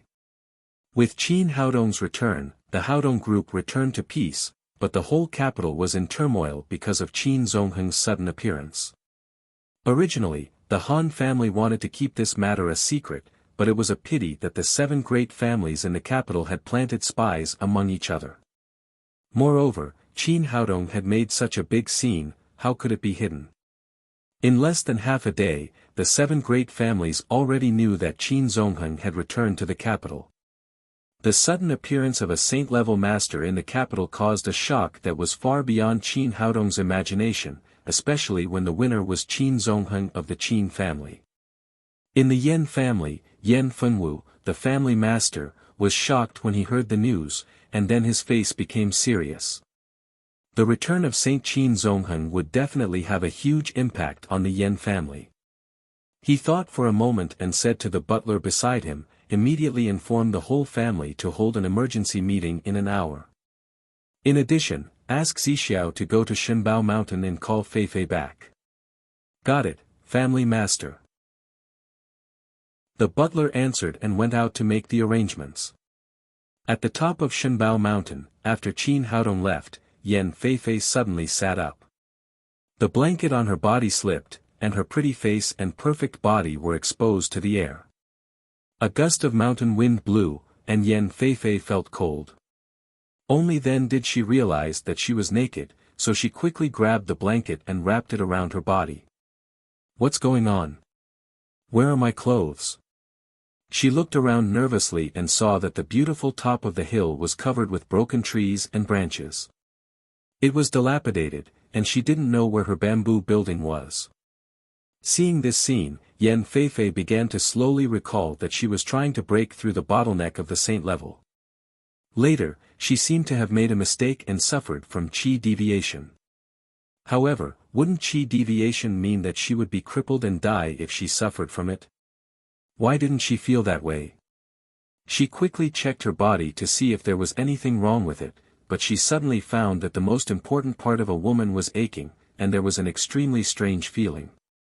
Suddenly, she saw a touch of red beside her, and then a man's figure appeared in her mind. Although she had lost her mind at that time, she still had some impression of what had happened. She vaguely remembered that she had pushed that man down, and then something happened between a man and a woman. "I've lost my chastity." These words suddenly rose from the bottom of her heart. Yen Feifei was terrified when she thought that her chastity, which she had kept for more than 30 years, was gone just like that. Who is he? Where is he? How should I face him? Thinking of this, Yen Feifei looked around again. After looking for a long time, she didn't see anyone. Then she breathed a sigh of relief. Chapter 567. Yen Feifei was shocked by her own thoughts. If it had been in the past, wouldn't she have drawn her sword and killed him? She would even raise the top of the mountain to the ground to vent the anger in her heart. Why didn't she have such an impulse now? In the past, her mood was very depressed, but at this time, she felt very comfortable, as if a huge stone had been removed and a dark cloud that had shrouded her heart had been lifted. Soon, she found that it was not only her personality that had changed, but the genuine qi in her body was also running according to a new cycle. What's going on? My genuine qi has been changed by someone. How is that possible? Just when she was puzzled, she suddenly saw Qin Haodong's clothes on a big stone and a note with a small stone on it. She went over to pick up the note and read it carefully. When she saw Qin Haodong's explanation of her cultivation method and the analysis of the reason for her qi deviation, Yen Feifei suddenly understood. The cultivation method she had originally cultivated was called the Yin and Yang Vital Energy Technique. This set of cultivation method was also a top-notch cultivation method, but it focused on the balance of yin and yang. She had never expected that her physique and virginity would affect the cultivation of the cultivation method. No wonder the more profound her cultivation was, the weirder her personality became. It turned out that it was the result of the yin chi's backlash. For a long time, she had thought that all this was the shame brought to her by Qin Zongheng's escape from the marriage, so she had become like this. Now it seemed that escaping from the marriage was not as important to her as she had imagined. Now that she had cultivated the xianyin skill, the cold and damp yin qi in her body had been completely dissolved. Her mood and body were indescribably comfortable, and she was no longer as violent and persistent as before. After reading all the messages on the note, a knowing smile appeared on Yan Feifei's delicate face. A good and considerate man was really an interesting guy. She reached out and took the small jade bottle next to her. There were 10 crystal-clear black pills in it. After opening the bottle cap, a refreshing fragrance came out. After reading Qin Haodong's message, Yan Feifei knew that she would break through to the saint stage in the near future. A touch of joy rose in her heart. She had pursued it for so many years, and today she finally saw the hope of success. However, all this was thanks to this mysterious little man. Although her memory of that time was very vague, she had an intuition that this man was not old. Who on earth is he? Yan Feifei was full of curiosity. This man was able to save him from qi deviation and heal his injuries. At the same time, he was able to see through his mysterious yin body and analyze his cultivation method. Not only did he find the crux of his cultivation, he also gave him a set of mysterious yin technique that was hard to obtain. It could be seen that this man not only had a unique understanding of martial arts, but also had extremely profound attainments in medical skills. Looking at the entire imperial capital, there seemed to be no such young talent. The most important thing was the black formula. As a 9th-level Supreme Power Master, she had already felt the mystery of this cultivation method.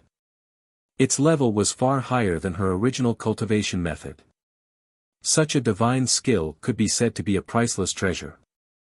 Not only was that person able to take it out, but he also gave it to him without hesitation. It could be seen how open-minded he was. In fact, she had guessed wrong. The xianyin formula was of no use to Qin Haodong. Besides, he had many similar cultivation methods, so he didn't care about the xianyin formula at all. Recalling the scene at that time, the man's cultivation should not be too high. It was about the 3rd or 4th level of the supreme power realm. Otherwise, he would not have been pushed down by her so easily. Thinking of this, a shy blush appeared on Yan Feifei's cheeks. After living for 36 years, she had finally become a woman today. Why didn't he leave his name? Or wait for her to wake up? Well, that man must be afraid that she would kill him after she woke up. According to her previous temper, she might have done so, but not now. As a 9th-level Supreme Power Master, Yan Feifei certainly knew how dangerous it was to be in qi deviation at that time. It was that man who risked his life to save her. He also helped her modify her cultivation method and left her pills. How could she bear to kill such a good and considerate man? In contrast, Qin Zongheng's escape from the marriage was nothing, but this man had really become her man. No matter what, she had to find him. Thinking of this, Yan Feifei laughed again. In just a few minutes, she had laughed more than she had in the past 20 years. Seeing the clothes next to her, Yan Feifei threw away the blanket on her body, picked up the clothes and put them on one by one. Sweatpants and a big shirt, which had a unique charm on a beauty like her. She was originally tall and not much shorter than Qin Haodong, so although the suit was a little too big for her, it was barely within the acceptable range. She lowered her head and sniffed as if she could feel the man's breath from the clothes. At this moment, Yan Feifei's expression changed slightly. A figure appeared halfway up the mountain and slowly walked towards the top of the mountain. Yan Zixiao's mood was extremely contradictory. From the bottom of his heart, he was unwilling to come to Shenbao Mountain no matter what. However, the old master had personally asked him to invite Yan Feifei back for a meeting, so he had to come. Yan Feifei was the youngest daughter of the old master, Yan Fengwu. In terms of seniority, she was his aunt. But this aunt did not leave him with any sense of intimacy. On the contrary, it was all fear. Not only him, but all the juniors in the family trembled all over when they saw this aunt. Yan Feifei had a high seniority, a high cultivation, and a high status in the family. However, her temper was extremely strange. She often taught them a lesson, but they had no way to reason with them when they were beaten. The juniors were afraid of and hated her. They all secretly cursed her as an old virgin and a perverted old woman, but none of them dared to show it in front of her. Fortunately, in recent years, Yan Feifei had been living in Shenbao Mountain, which saved these juniors a lot of torture. But today, the old master had asked him to invite Yan Feifei back for a meeting. The closer he got to the top of the mountain, the more nervous Yan Zixiao became. He did not know if this aunt would throw him off the top of the mountain after he went up. But what was going to happen would happen. He gritted his teeth and braced himself to go up to the top of the mountain. But the scene in front of him shocked him. Yan Feifei was looking at him with a smile. How could she smile? What the hell was going on? In his memory, Yan Zixiao had never seen Yan Feifei smile.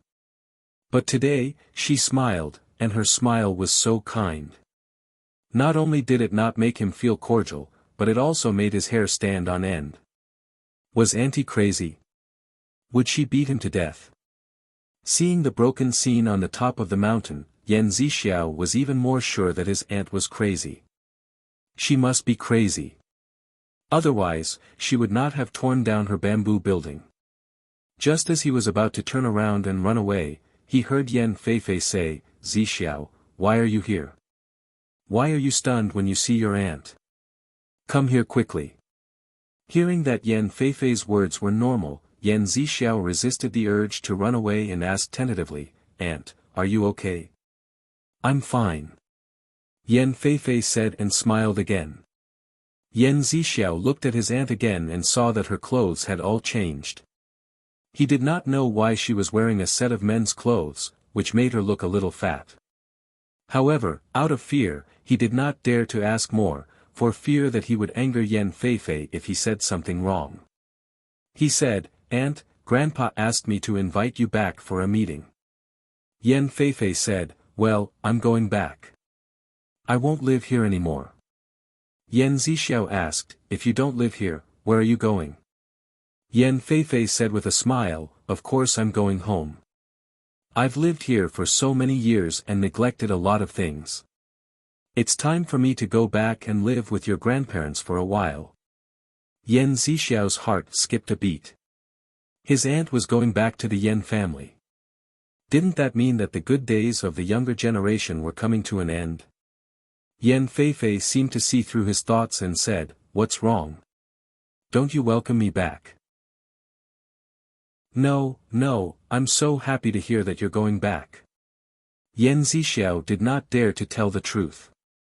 He was afraid that his aunt would slap him to death. Yan Feifei smiled and said, "You don't have to lie to me. I know what you're thinking. I had a bad temper before and made you suffer a lot. Now I apologize to you. It won't happen again." Yan Zixiao could not believe his ears. Before going up the mountain, he would rather believe that the sun rose from the west than that Yan Feifei would apologize to anyone. "Well, don't just stand there. Let's go." After saying that, Yan Feifei grabbed Yan Zixiao's belt and the two of them flew down from the top of the mountain like big birds. Although they were both at the 9th level of the Supreme Power Realm, they had changed to the black formula. Their genuine chi had become purer and smoother than before. When they arrived at the foot of the mountain, Yan Feifei got in the car and asked, "What happened at home? Why did you call me back for a meeting?" Yan Zixiao said, "I don't know either. I came here according to Grandpa's order." In fact, he had heard about Qin Zongheng, but it was a taboo in the Yan family, especially for the younger generation. They did not dare to mention it in front of Yan Feifei. In the auditorium of the Yan family, when they saw Yan Feifei walking in leisurely, everyone's faces showed a look of astonishment. This miss with a strange temper actually had a smile on her face, and she was dressed in men's clothes. What was going on? After seeing her come in, Yan Fengwu, the old master, pointed to the empty seat beside him and said, "Feifei, sit here." Although Yan Feifei was the youngest daughter of the old master, she was a 9th-level Supreme Power Master, so her status was naturally extremely respected. In addition, the old master doted on her, so she always sat in the front row with Yan Fengwu during the meeting. After she sat down, Yan Fengwu said, "There is only one topic for today's meeting, which is to discuss what our Yan family should do now that Qin Zongheng is back."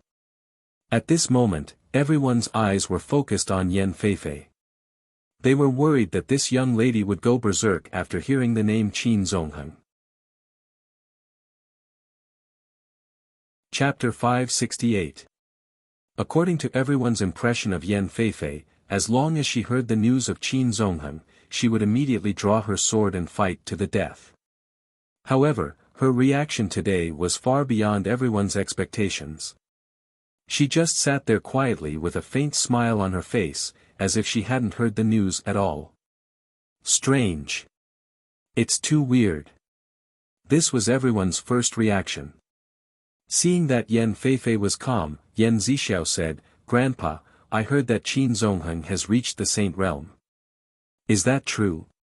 Yan Fengwu said, "According to our informant's report, Qin Zongheng first killed Han Zixing with his sword-controlling technique, and then left by stepping on air.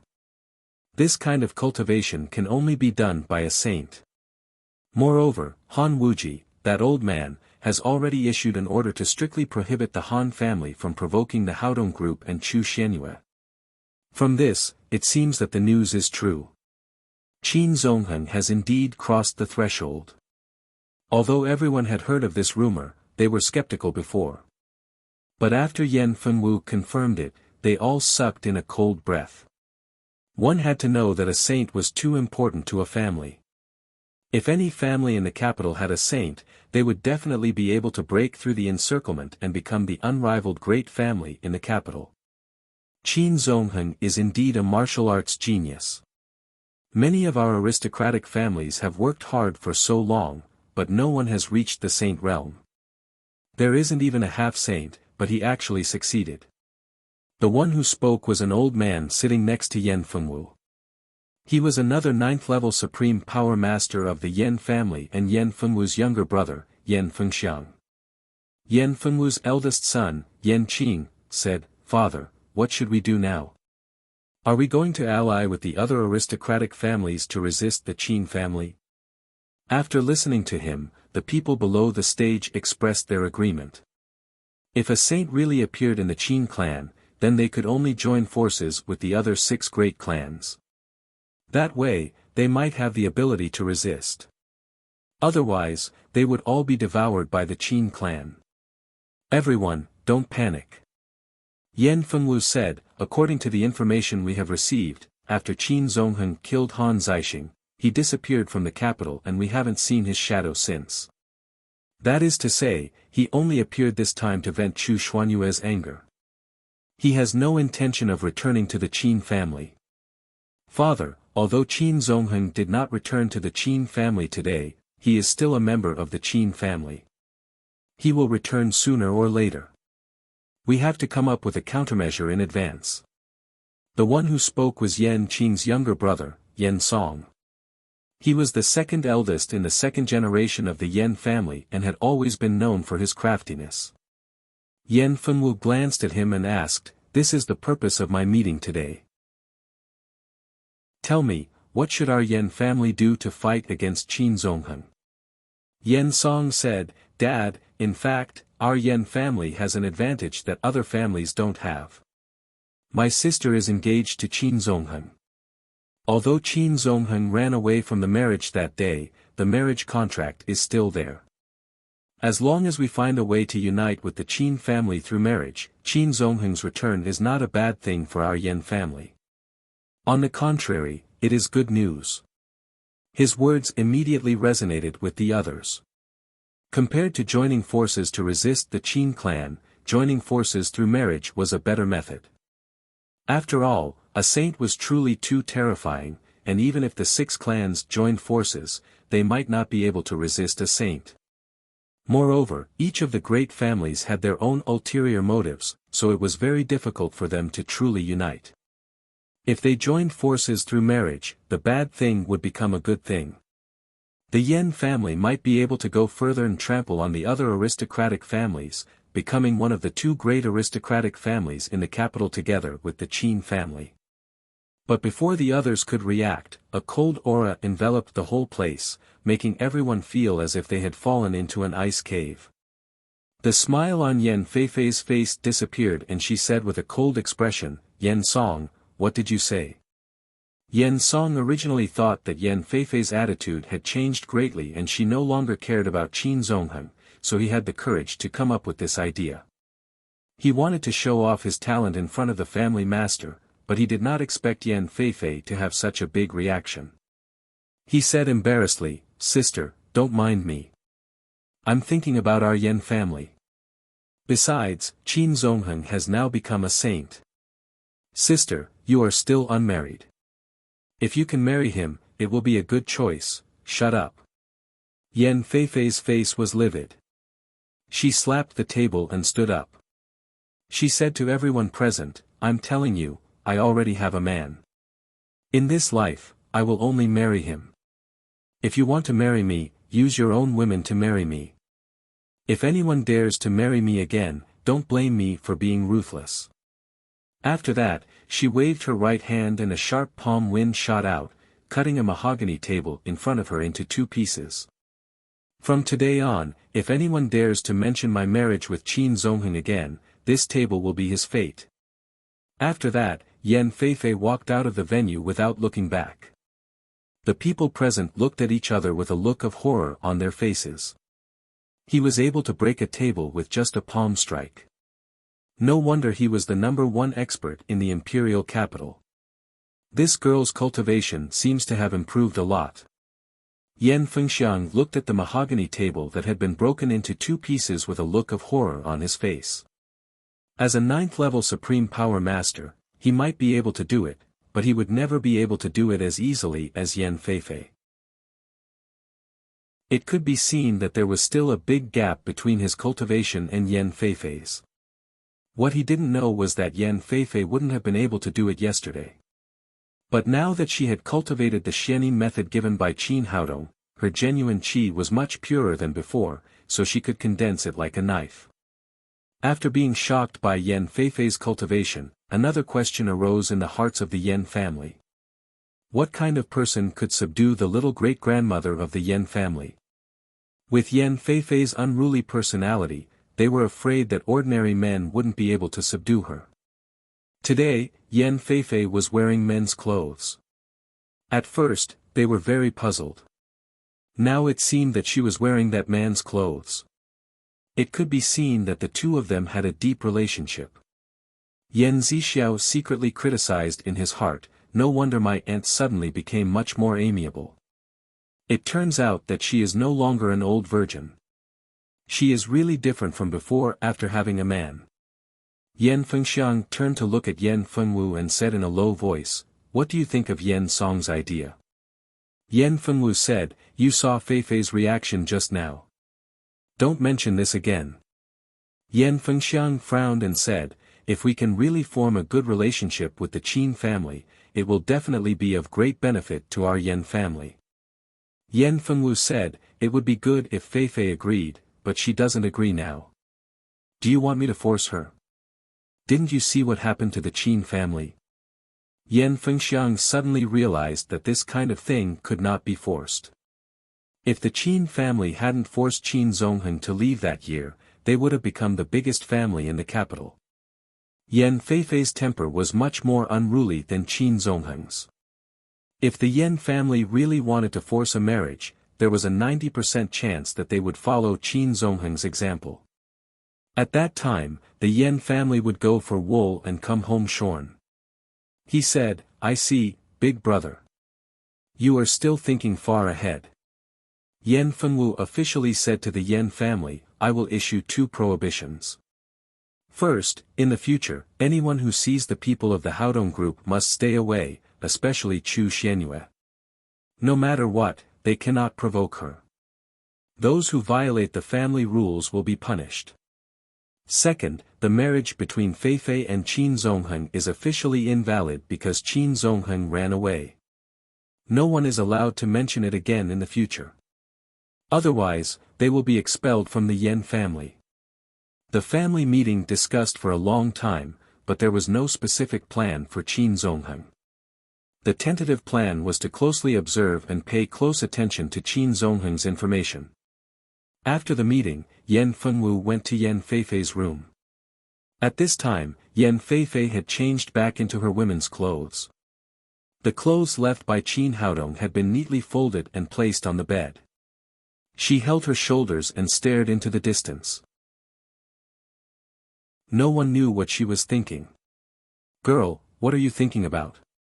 Yan Feifei turned around and saw that it was Yan Fengwu. She shook her head and said, nothing. Yan Fengwu looked at her meaningfully and said, can you tell me who that person is? He actually made such a big change in my daughter. No one knew his daughter better than her father. From the moment Yan Feifei appeared in the auditorium, he had already noticed the change in his daughter, which also made him full of curiosity about that man. He saved my life and gave me a lot of help. Yan Feifei did not answer Yan Fengwu directly. Instead, she said with a firm expression, Father, I promise you that I will become the first saint of the Yan family within half a year. I will never lose to Qin Zongheng. At the same time, the direct descendants of the Qin family also gathered together for a family meeting. There was only one topic, which was the news of Qin Zongheng. Qin Zhan Ao, the family master, said excitedly, now we can be sure that Zongheng is back. He killed Han Zixing in front of the Han family's gate. At the same time, he has also crossed the threshold of the Saint Realm. Hearing this news, everyone in the Qin family was delighted. Now the strength of the Qin family was not inferior to that of the other 6 major families. If there was one more saint, they would definitely become the biggest family in the capital. In the future, they would be able to hold their heads high. Father, since Zongheng is back, where is he now? The one who spoke was Qin Zhan Ao's eldest son, Qin Feiyang. He had a very good relationship with Qin Zongheng. After hearing the news of his younger brother, he was immediately overjoyed. Qin Zhan Ao's expression instantly darkened. It was all my fault back then. I was confused and forced Zongheng to leave. Now it seems that Zongheng has not forgiven me. After killing Han Zixing, he directly stepped into the air and did not return to our Qin family. Qin Feiyang asked, if my brother did not come back, where could he have gone? Qin Zhan Ao shook his head and said to everyone, pass on my order. In the future, all the disciples of the Qin family must be respectful to the Haodong group and Chu Xianyue. In addition, focus on finding Zongheng. At the same time, spread my words. As long as Zongheng is willing to return to the Qin family, his marriage is completely up to him. I will not interfere. Chapter 569. In the Chu family, Chu Shanhe, the master of the Chu family, looked at the crowd in front of him with a solemn expression. Just now, the Chu family had also learned that Qin Zongheng had returned to the capital and broken through the bottleneck of the Saint Realm. At this time, his heart was extremely complicated and he even felt a trace of regret. Although the Chu family had always been at odds with the Qin family, if he had not tried his best to stop them at the beginning and had facilitated the marriage between Chu Xianyue and Qin Zongheng, would they have been able to use this marriage to ease the hatred between them? Instead of being in an awkward situation like now, they would not be in such a dilemma. Master, Qin Zongheng has now entered the Saint Realm. Will he come to take revenge on our Chu family? The one who spoke was another old man, his younger brother, Chu Shanchuan. Chu Shanchuan's words made everyone fall into silence. If Qin Zongheng really came to kill them, how could the Chu family resist the anger of a saint? A middle-aged man in his 40s said, "Father, why don't we take Xianyue back? No matter what, she is still a member of our Chu family. As long as she is here, Qin Zongheng will not go too far." This man was Chu Xuanyue's brother, Chu Xuanli. He had loved his sister very much since she was a child. Over the years, he had tried to persuade Chu Shanhe many times to take Chu Xianyue back to the Chu family, but Chu Shanhe had firmly refused. "Don't panic. Don't panic." After all, Chu Shanhe was the master of the family, so he was much calmer than the others. He said, "Qin Zongheng will not come to our Chu family yet." Chu Shanchuan asked in surprise, "Big brother, how can you be so sure?" Chu Shanhe sighed and said, "Qin Zongheng is now a saint. If he wanted to take revenge on our Chu family, he would have come a long time ago. Why did he wait until he killed Han Zixing?" Everyone suddenly realized that it was true. If Qin Zongheng wanted to take revenge on the Chu family, he would have come a long time ago. There was no need to let the Chu family know that he was back. Chu Shanhe added, "As for the Haodong group, the Chu family should not have any conflict with them. Otherwise, they will be punished according to the family rules." Compared to the Qin family, the Chu family, the Han family, and the Yan family, several other aristocratic families also held family meetings. However, Qin Zongheng did not have any grudges with these families. Relatively speaking, this news did not affect them that much. They only issued an order to strictly forbid anyone from provoking the Haodong group. Everything else was waiting to see what would happen. Qin Haodong did not know that his impersonation had caused such a big sensation among the 7 great families in the capital. After accompanying Chu Xianyue for another day, in order not to expose his identity, he returned to Shanghai with Yi Qin again. During the time he was away, it was not only the 7 great families in the capital that were shocked. The Zheng family in Shanghai was not calm either. In one of the Zheng family's study rooms, Zheng Hongliang stood with his hands by his side. Opposite him sat an old man with white hair and a beard. He was the patriarch of the Zheng family, Zheng Yuan. Zheng Yuan glanced at Zheng Hongliang and said, "You went to the summit held by the Haodong group on behalf of the Zheng family. Before you went, you made a solemn promise, but in the end, you didn't get anything. You didn't bring back a decent list for the Zheng family. Don't you want to give me an explanation?" Hearing Zheng Yuan's question, Zheng Hongliang's expression tightened and he said, "Grandpa, I admit that I didn't get any benefits for our Zheng family this time, but there is a reason for this.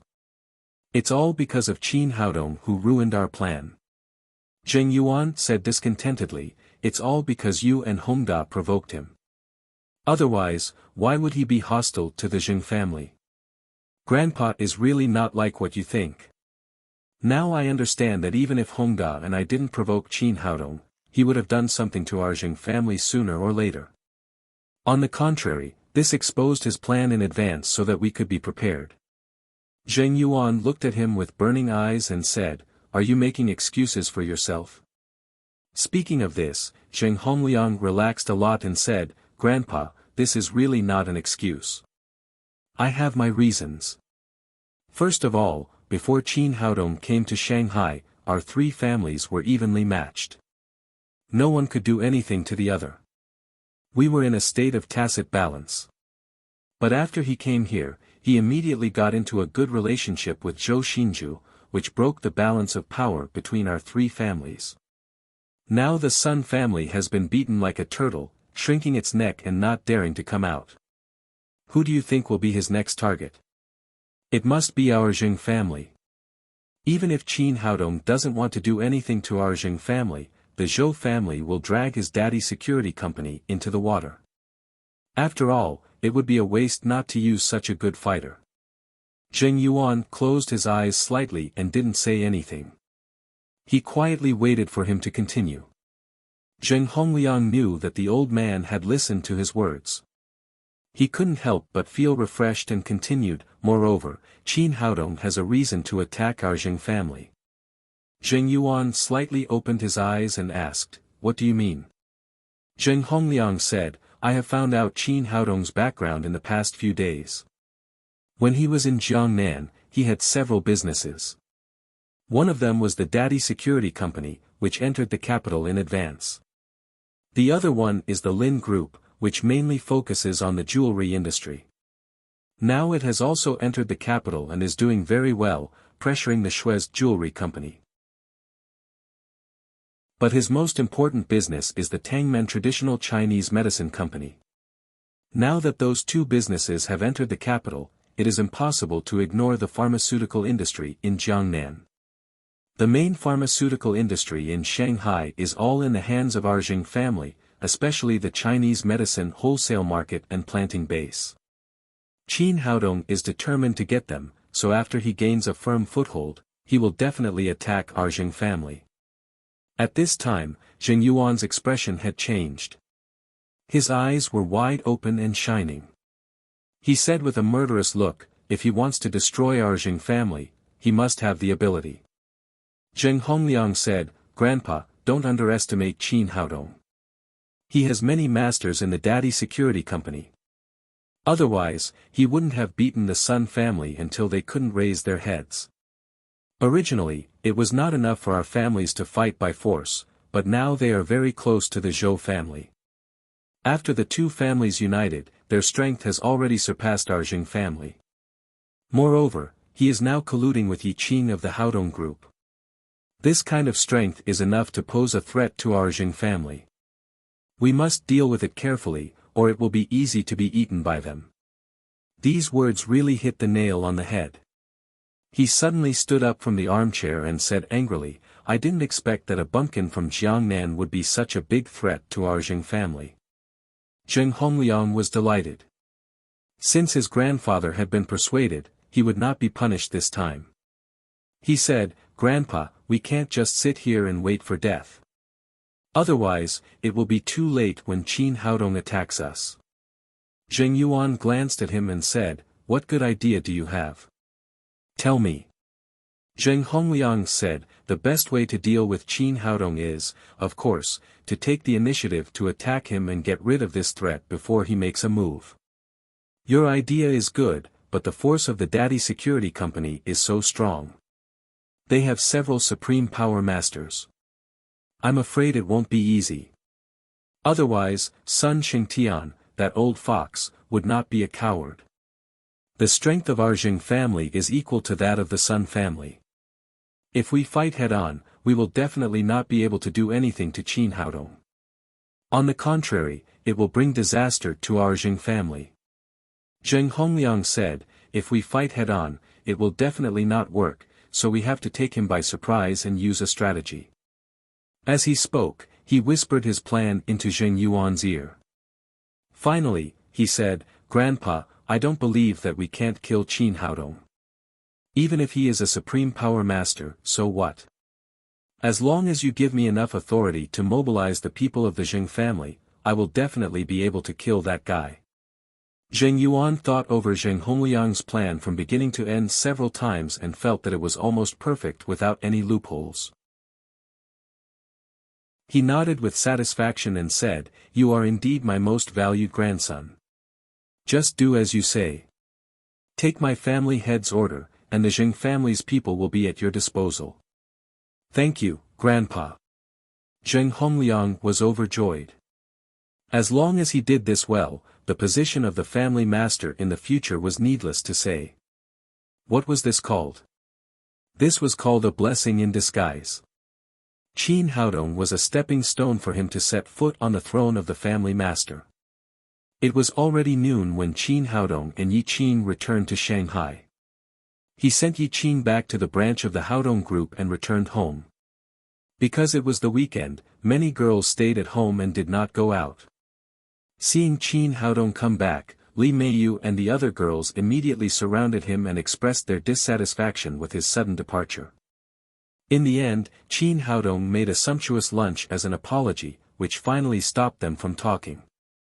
After the meal, Jia Shihan called Qin Haodong aside and said, "Little brother, Sister Shanshan has been looking for you these days, but she can't get through to you. Qin Haodong thought for a moment.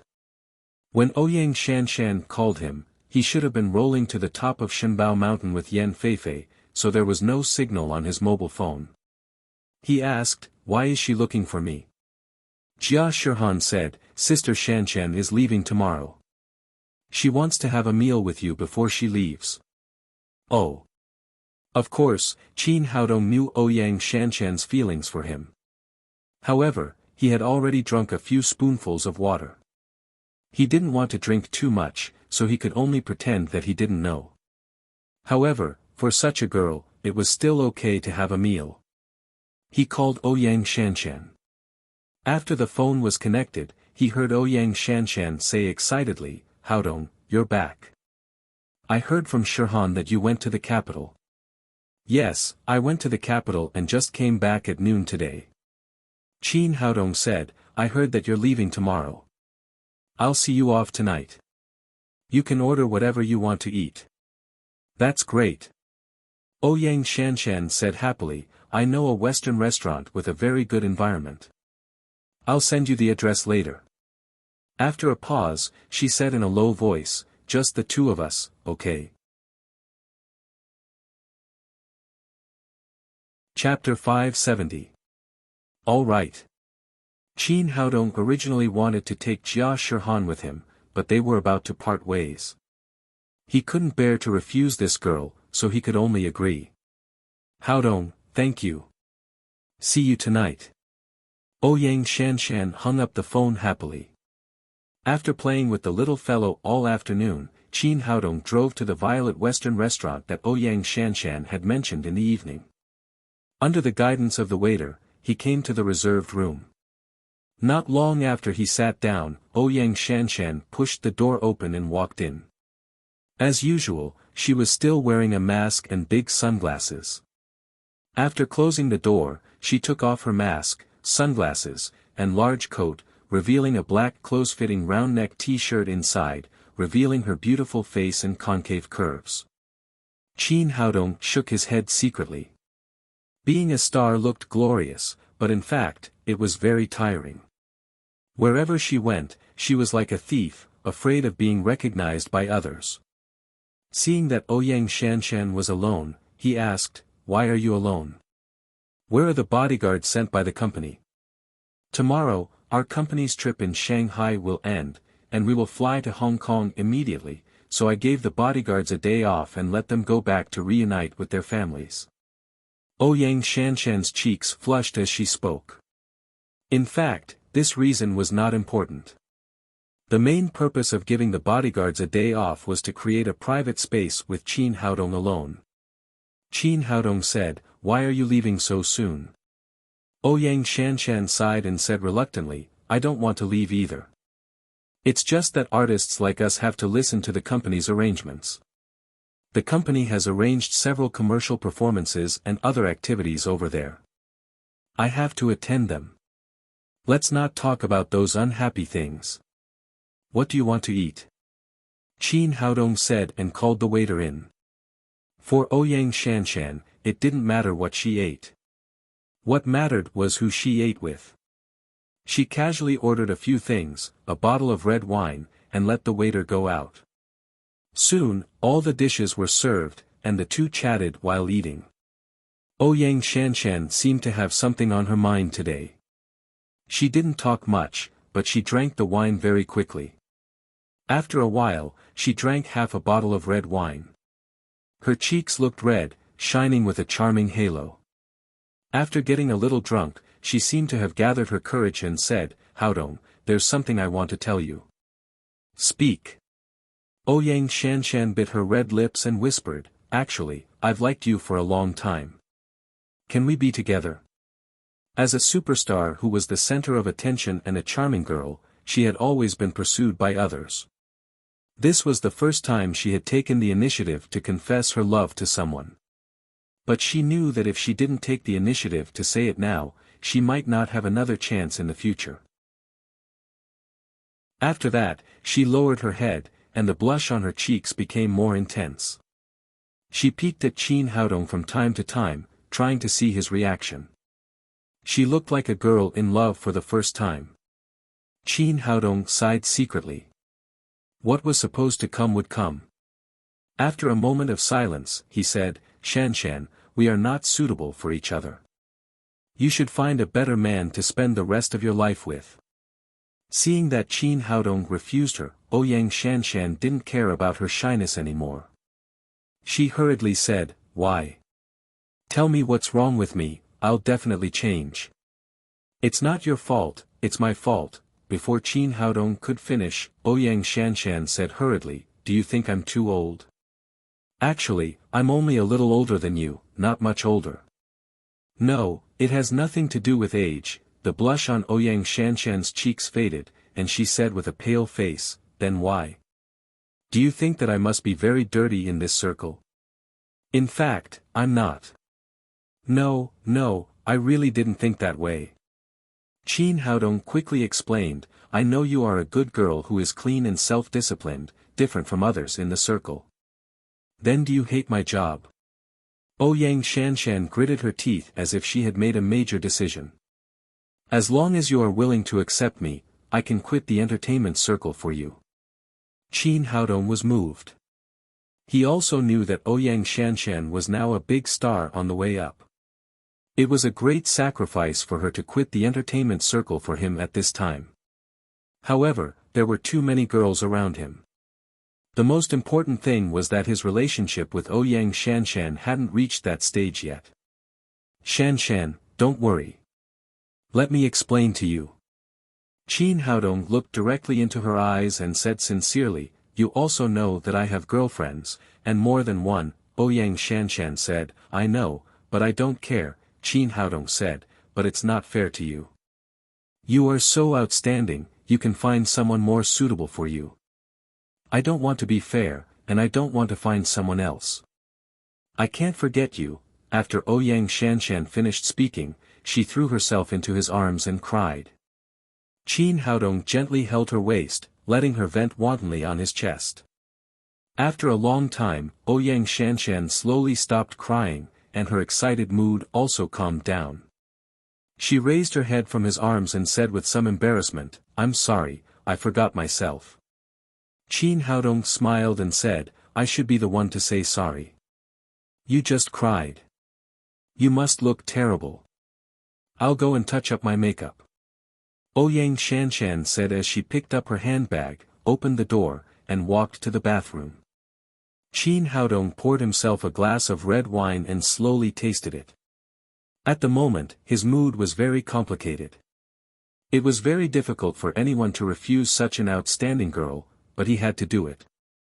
There were so many good girls in the world, and he couldn't take all of them into his harem. Wouldn't he become an ancient emperor?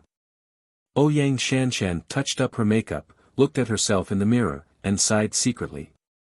Although she had been mentally prepared in this regard, she was still full of disappointment after being rejected. Since she was a child, it was the first time she had fallen in love with someone wholeheartedly. It was the first time she had the courage to confess her love, but she failed. But life still had to go on. She opened the door of the bathroom and walked in the direction of the private room. At this moment, a group of gangsters in colorful clothes passed by. One of them, a yellow-haired boy, saw Ouyang Shanshan at a glance and immediately shouted excitedly to a bald man next to him, Brother Go, look, that's Ouyang Shanshan. It's really Ouyang Shanshan. As soon as he shouted, all the hooligans turned to look at him. Ouyang Shanshan regretted for a while. She forgot to wear a mask and sunglasses when she went out, so she was recognized by a group of gangsters. The worst thing was that there was no bodyguard around her today. Brother, it's really Ouyang Shanshan. The hooligans rushed forward and surrounded her in the middle. I used to drool while watching TV, but today I finally see her in real life. This girl is so beautiful, much more coquettish than she looks on TV. If I can sleep with her for one night, it'll be worth it even if I die. These gangsters surrounded Ouyang Shanshan, talking and swearing, and all of them had lewd smiles on their faces. Shut up, all of you. Manners. Where are your manners? She's a big star. We have to behave in a civilized way. Don't scare her. The bald man scolded his gangsters, turned around and looked at Ouyang Shanshan with a wicked smile. Little girl, you're really good looking. You have such a thin waist, but such a big chest and such a round butt. I really don't know how you grow it. I heard that most of the people in your line of work have plastic surgery. Come on, let brother go check whether you're real or not. You gangsters, get out of my way. Ouyang Shanshan was so angry that she slapped the bald man in the face. Although the slap was not too hard, it was crisp and loud. Bitch, how dare you hit me? Do you know who I am? I'm Sigu, the famous Sigu. Have you heard of him? The bald man said fiercely, brothers, take this girl away. I've played with countless women over the years, but I've never slept with a big star. Today, I want to taste what it's like to be a star. Got it, boss. Let us have a taste after you've used her. Several gangsters said and reached out to grab Ouyang Shanshan. Bang! Bang! Bang! But before these hooligans could even touch them, they were all sent flying out and fell to the ground like dead dogs, howling in pain like pigs being slaughtered. Qin Haodong came to Ouyang Shanshan and asked softly, how is it? These scumbags didn't scare you, did they? Ouyang Shanshan shook her head gently and sighed in her heart. Why did this man appear in front of her every time she was in danger? Why did he not let her have him? Was God joking with her? Qin Haodong patted her on the shoulder and looked back at Sigu. Boy, how dare you hit my people? Do you know who I am? Before Sigu could finish speaking, he saw a fist getting bigger and bigger in front of him, and then it hit his stinky mouth with a bang. With a muffled groan, his whole body was hit and flew 7 or 8 meters away, hitting the wall behind him with a bang. He got up from the ground and was about to speak when he spat out his teeth, which made him even angrier. He waved to the gangsters next to him and shouted, go, destroy this guy. 7 or 8 gangsters rushed towards Qin Haodong. But they were no match for him. They were just like ants in front of Qin Haodong. In the blink of an eye, they were all lying on the ground, wailing. Sigu was shocked and knew that he had met a tough character today. He turned around and ran out, ignoring the gangsters on the ground. Since the boss had run away, these gangsters naturally did not dare to stay. They got up one after another and ran out in embarrassment. Chapter 571. Qin Haodong didn't care about these gangsters at all. He ran away and took Ouyang Shanshan back to the room. How is it? Did it scare you? He asked with concern again. I'm not afraid, because I know you'll come to save me. Ouyang Shanshan sighed and said, it's just that it's really annoying to be recognized everywhere I go. Don't you like this feeling? Many people like to be chased by others. Some stars even deliberately create some scandals to let the paparazzi chase after them. Ouyang Shanshan said, I don't like it, I really don't like it. Although acting is my career, I don't like the feeling of being recognized everywhere I go. It's like being a thief, afraid of being caught all the time. The life of an ordinary person is my dream. I want to walk in the sun unscrupulously and enjoy a quiet life. It's a pity that this dream is getting farther and farther away from me now. Qin Haodong said, I can help you with this. Ouyang Shanshan said in surprise, what did you say? I said I can help you realize your dream. Qin Haodong said as he came to her, close your eyes, your dream will soon come true. Although she didn't know what he was going to do, Ouyang Shanshan obediently closed her eyes. Qin Haodong made a gesture and set up a small illusion on her face. Then he took out the small mirror in her bag and said, okay, you can open your eyes now and have a look. Ouyang Shanshan opened her eyes and suddenly saw a face in the mirror. Although this face was also beautiful, it was much worse than her previous face, and she couldn't see anything similar. Who is this? She couldn't believe her eyes. Qin Haodong said with a smile, of course it's you. Ouyang Shanshan's face was full of disbelief. She blinked at the mirror and stuck out her tongue. Only then was she sure that the person in the mirror was really herself. She put her arms around Qin Haodong's neck and asked curiously, Haodong, how did you do it? Nothing, it's just a little trick to deceive people.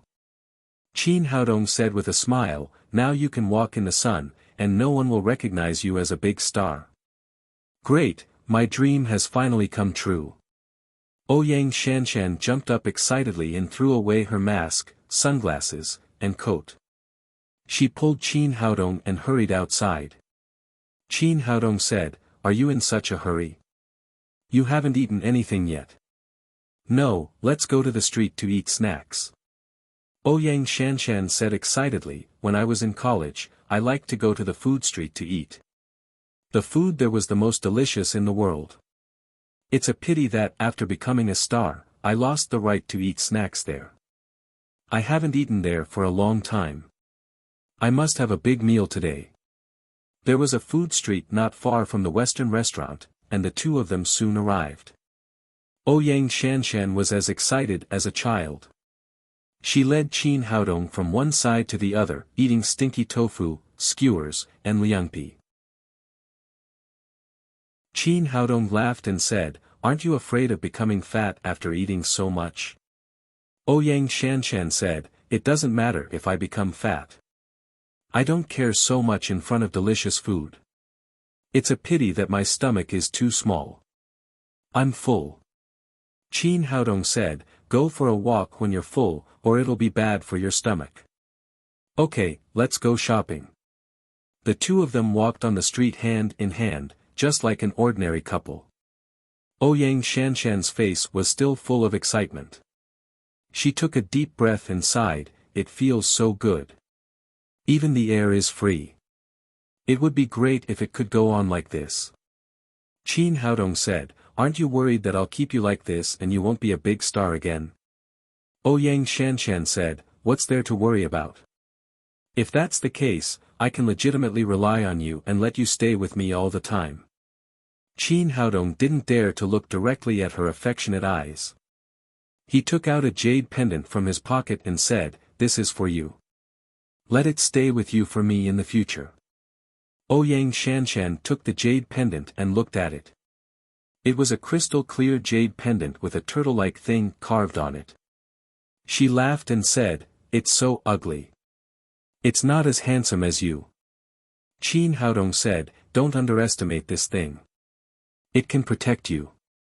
You must keep it with you. This jade pendant was exactly the same as the one given to Kim Ji-hyun. It was engraved with a defensive spell that could resist the attacks of masters below the supreme power realm. No matter what it is, I like what you gave me. After saying that, Ouyang Shanshan put the black tortoise jade pendant on her body. The two of them walked on the street for a long time. Happy times were always short. It was already midnight before they knew it. Qin Haodong said, go back. You have to catch a plane tomorrow. Ouyang Shanshan said reluctantly, but I still want you to stay with me for a while. There will be a chance in the future. If we keep walking, it'll be dawn soon. Will there be a chance in the future? Ouyang Shanshan looked at him with burning eyes and said, there should be. Qin Haodong was not too sure about this kind of thing. Well, you take me back to the hotel. The two of them walked back to the hotel where Ouyang Shanshan lived. Downstairs, Qin Haodong removed the illusion on her face and sent her back to her room. Have a good rest. I'm going back. Just as he was about to leave, Ouyang Shanshan suddenly put her hands around his neck and said softly, can you stay with me tonight? Qin Haodong slowly pulled her arms away and kissed her gently on the forehead. It's not fair to you. You'll regret it in the future. Ouyang Shanshan said, I won't regret it. I'm willing to give everything to you. You won't regret it now, but it doesn't mean you won't regret it in the future. Qin Haodong pressed her to sit on the bed and said softly, go to sleep. It'll be dawn soon. After that, he left the room and closed the door. He shook his head gently and strode out of the hotel. When the door was closed, Ouyang Shanshan's heart suddenly sank to the bottom. It seemed that she was destined to be with him. She sat on the bed for a long time. Suddenly, there was the sound of the door opening. "Haodong, are you back again?" Ouyang Shanshan was overjoyed. She thought that Qin Haodong had changed his mind. She stood up and rushed to the door. But before she could see the person outside the door, her mouth was covered by a big hand. Then a pungent smell came over her, and she fainted. Qin Haodong left the hotel and returned to the Violet Western restaurant to get his car. When he drove back, the sky had begun to turn white. It was going to be dawn. Not long after he left, his cell phone suddenly rang. It was a strange number. He frowned and pressed the answer button. A sinister voice came from the phone, "Boy, the big star is in our hands." Qin Haodong suddenly slammed on the brakes and stopped by the side of the road. He asked, "Who are you?" "Little bastard, you just hit me and you still ask me who I am." "I'm your master dog." Sigu's angry roar came from the other side of the phone, "You shameless couple, I've been waiting for you in the hotel all night, and now I finally got the big star. What do you want?" Qin Haodong asked coldly. Although he had rejected Ouyang Shanshan, he would never allow her to be hurt. Sigu said, "Boy, do you think you can beat me for nothing? Hurry up and send me 30 million yuan, or wait to receive the nude photos of the big star." Qin Haodong said, 30 million is too much. Can it be less? 30 million was not a big number for him now, but he didn't want to agree too quickly and arouse the other party's suspicion. Sigu yelled, "Cut the crap. I've already inquired about it. Lin's jewelry is owned by you. You have the money to chase the star, but you don't have the money to pay me. 30 million is not a penny less, or I'll sell the nude photos of the big star to the paparazzi." Qin Haodong said, "Well, tell me your location and I'll send you the money now. Now go to the south of the city. I'll call you after you leave the city." Sigu said fiercely, "Be fast. If you're slow, I can't guarantee what my brothers will do to the big star." Qin Haodong said coldly, "I'm telling you, I can give you money, but if you dare to touch her hair, I'll make you wish you were dead." Although it was just a phone call, Sigu still felt a bone-chilling chill, which made him shiver. "Boy, do you think I'm scared? I'm telling you, don't call the police, or you'll have to wait to collect the body of the big star." After saying a few polite words, he hurriedly hung up the phone. Qin Haodong turned around and drove straight to the south of the city. It was early in the morning and there were very few vehicles on the road. He drove the Mercedes-Benz to the extreme and it took him less than 10 minutes to get out of the south of the city. The other party seemed to be aware of his movements all the time. As soon as the car drove out of the city, he received a second call from Sigu. According to the instructions on the phone, he drove the car to a hill about 60 kilometers away from the city. It was more like a tall mound than a mountain. The map on the car navigation showed that it was called Steamed Bun Mountain. Steamed Bun Mountain was bare, and for some reason, not even a blade of grass grew on it. However, the foot of Steamed Bun Mountain was covered with green grass and lush trees. After parking the car, a trace of doubt flashed through his mind. Wasn't it just extorting a sum of money? He didn't know why the other party chose such a remote place. Looking up the mountain, he saw Ouyang Shanshan with a towel stuffed in her mouth and tied to a chair. There was an electronic screen flashing with red light on her chest. It was a timer. Bomb. Bomb. Chapter 572. Sego stood next to Ouyang Shanshan, holding a shiny black pistol in his hand. There were 6 or 7 gangsters next to him, all of whom were also holding guns. After seeing Qin Haodong, Ouyang Shanshan twisted her body desperately and whimpered. Unfortunately, her mouth was blocked and she couldn't say anything. Sei-go put the pistol against her head and snapped, "Behave yourself, or I'll shoot you." Qin Haodong walked up the steamed bun mountain and said to Sei-go, "Put down the gun. I've brought the money. Hurry up and let her go." "Don't worry, I have to let someone check the goods first." Sei-go took back his pistol and said, "Where's the money?" Qin Haodong pointed to the Mercedes-Benz off-road vehicle at the foot of the mountain and said, "There's too much money.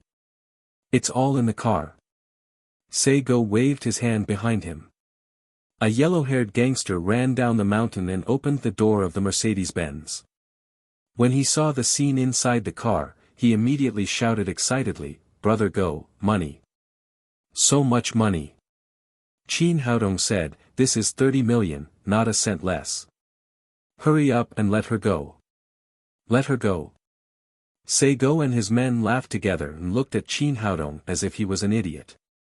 "Boy, is there something wrong with your head? Why do you think I chose such a place? I just want to bury you down there." Qin Haodong said coldly, "It seems that you don't want to keep your promise." "What is a promise?" Sei-go laughed again, "Only a brainless thing like you will keep your promise. Let me tell you, today I'm going to take your money, fuck your woman, and kill you." After that, he waved his hand at the gangsters and said, "Do it." After receiving Sei-go's order, the gangsters raised the guns in their hands one after another. But before they could completely raise their guns, they saw a golden stream of light flash past and cut their throats like a meteor. These people's eyes widened in disbelief. Then a cold air rushed into their throats and their hands holding the guns no longer had any strength. They wanted to scream, but they couldn't make a sound. Plop! Plop! Plop! In an instant, all the hooligans except Sei-go fell into a pool of blood. Although they died with grievances, they were still dead. Sei-go was originally smiling proudly, but at this moment, his smile froze on his face as if he had been petrified. He didn't even see what had just happened, but all his men were dead. What kind of method was this? Was it a celestial art or a demonic art? It was even faster than a handgun. Turning around, he quickly raised the gun in his hand and pointed it at Ouyang Shanshan next to him. He knew that she was his last hope.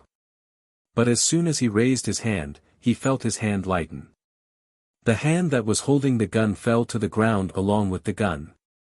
Blood flowed out, followed by a heart-wrenching pain.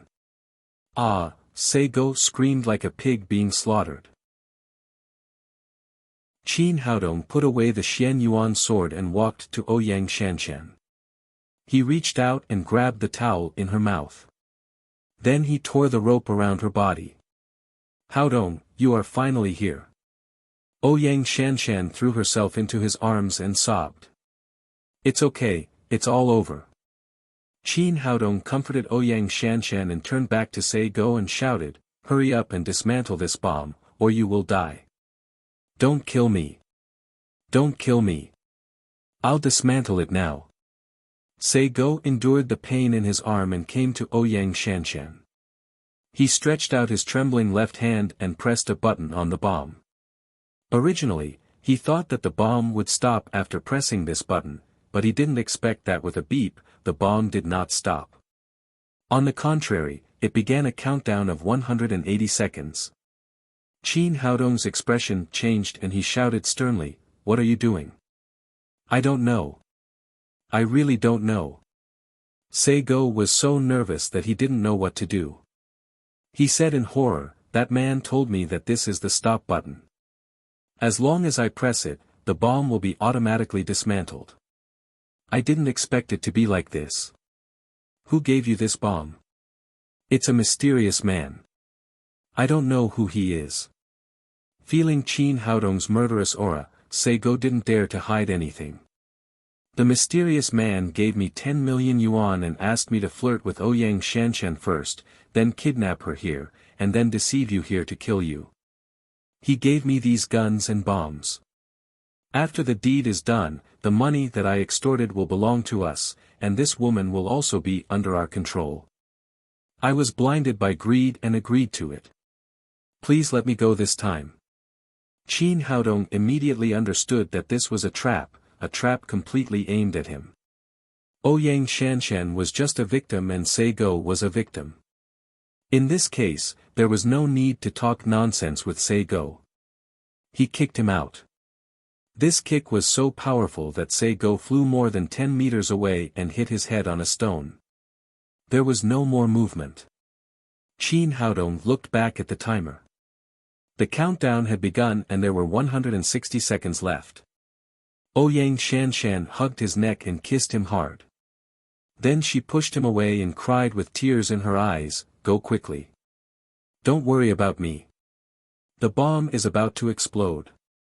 Qin Haodong was not nervous at all. He said with a smile, "Don't worry, it's just a small bomb. It's nothing." Before he could finish speaking, there was a loud roar above his head. A green helicopter approached from afar and finally hovered 100 meters above his head. Qin Haodong looked up. His intuition told him that this helicopter was directly related to today's kidnapping. It was likely that the person on it was the mastermind. But the door of the helicopter was closed and he couldn't see anything. At this moment, the cell phone in his pocket rang. He picked up the phone and heard Zheng Hongliang's proud laughter. "How is it, Qin? Are you satisfied with the program I arranged for you?" Qin Haodong said coldly, "You're courting death. You're the one who's courting death." Zheng Hongliang said fiercely, "A bumpkin from Jiangnan dared to provoke me. I lost face at the banquet and was almost punished by the old man when I got home. If I don't teach you a lesson, you'll think I'm made of clay." Qin Haodong said coldly, "Do you think you can kill me like this? Don't worry, these are just appetizers." Zheng Hongliang laughed wildly again. "Let me tell you something. The bomb on Ouyang Shanshan's body was specially customized by me. Once it's activated, it can't be disassembled. And this bomb is directly connected to the satellite in the sky. It can't be moved 10 meters away from this position, otherwise it will explode immediately. Before you came, I bought 20 kilograms of explosives at the bottom of this hill. When this bomb explodes, it will immediately detonate the explosives below. At that time, neither of you will survive. Now you have two choices. One is to stand here and wait to die with her, and the other is to leave this woman and watch her die. How's the news? Are you happy? Are you surprised?" After that, he laughed arrogantly again. All of this was a trap set by him. Since he got the consent of Jing Yuan, the master of the Jing family, he began to deploy troops and set up a trap that he thought was foolproof. In order not to arouse Qin Haodong's suspicion, he found Seigo to be the scapegoat. When Qin Haodong and Ouyang Shanshan were in the Western restaurant, Seigo and Ouyang Shanshan didn't meet by chance at all. It was a trap that had been prepared for a long time. Including the subsequent conflict and kidnapping, it was all a show. The purpose was to lead Qin Haodong here. Qin Haodong said, "You've spent so much effort and used so much power. I'm afraid it's not your idea alone, right? You're a dead man. Why are you asking so many questions?" Zheng Hongliang smiled disdainfully and said, "But since you want to ask, it's okay for me to tell you. Your existence has indeed threatened the survival of our Jing family. Killing you is my grandfather's idea, and it's also the idea of our Jing family. You're able to make our top family in Shanghai attack you. Even if you die, you'll be proud in front of the King of Hell." After understanding everything, Qin Haodong said with killing intent, "Zheng, just you wait. I will definitely kill you and destroy your Jing family." Zheng Hongliang laughed arrogantly again and said, "You think too much. How can I let you get out of this trap alive? Otherwise, I wouldn't have told you so many things. To tell you the truth, my plane has the world's most advanced observation and camera equipment. When you are blown to pieces, I will record this wonderful scene. When I'm in a bad mood one day, I will take it out and watch it." He was now playing with Qin Haodong like a cat playing with a mouse. He was enjoying the pleasure of killing Qin Haodong at the end to vent the hatred that had accumulated in his heart. At this moment, Ouyang Shanshan suddenly pulled his arm and shouted, "Qin Haodong, don't say any more. Go quickly. The bomb is about to explode. If you don't leave now, it will be too late." On the phone, Zheng Hongliang shouted excitedly, "There will be a grand fireworks show soon. Just thinking about it makes me excited. Qin Haodong, go to hell." Qin Haodong ignored him and put away his phone. He glanced at the timer on Ouyang Shanshan's chest and saw that there were only 10 seconds left. "Let's go." Then he picked up Ouyang Shanshan and rushed down the steamed bun mountain at top speed.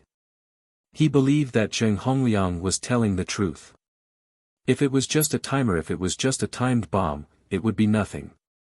If all the explosives under the hill were detonated, it would be troublesome. The steamed bun mountain was not too high. It was about 50 meters from the top of the mountain to the foot of the mountain. Qin Haodong's speed was far beyond that of ordinary people. In the blink of an eye, he rushed to the foot of the mountain. This was a timed bomb. The bomb made an ear-piercing sound. Although the countdown had not ended, the bomb was activated 10 meters away from the top of the mountain and exploded.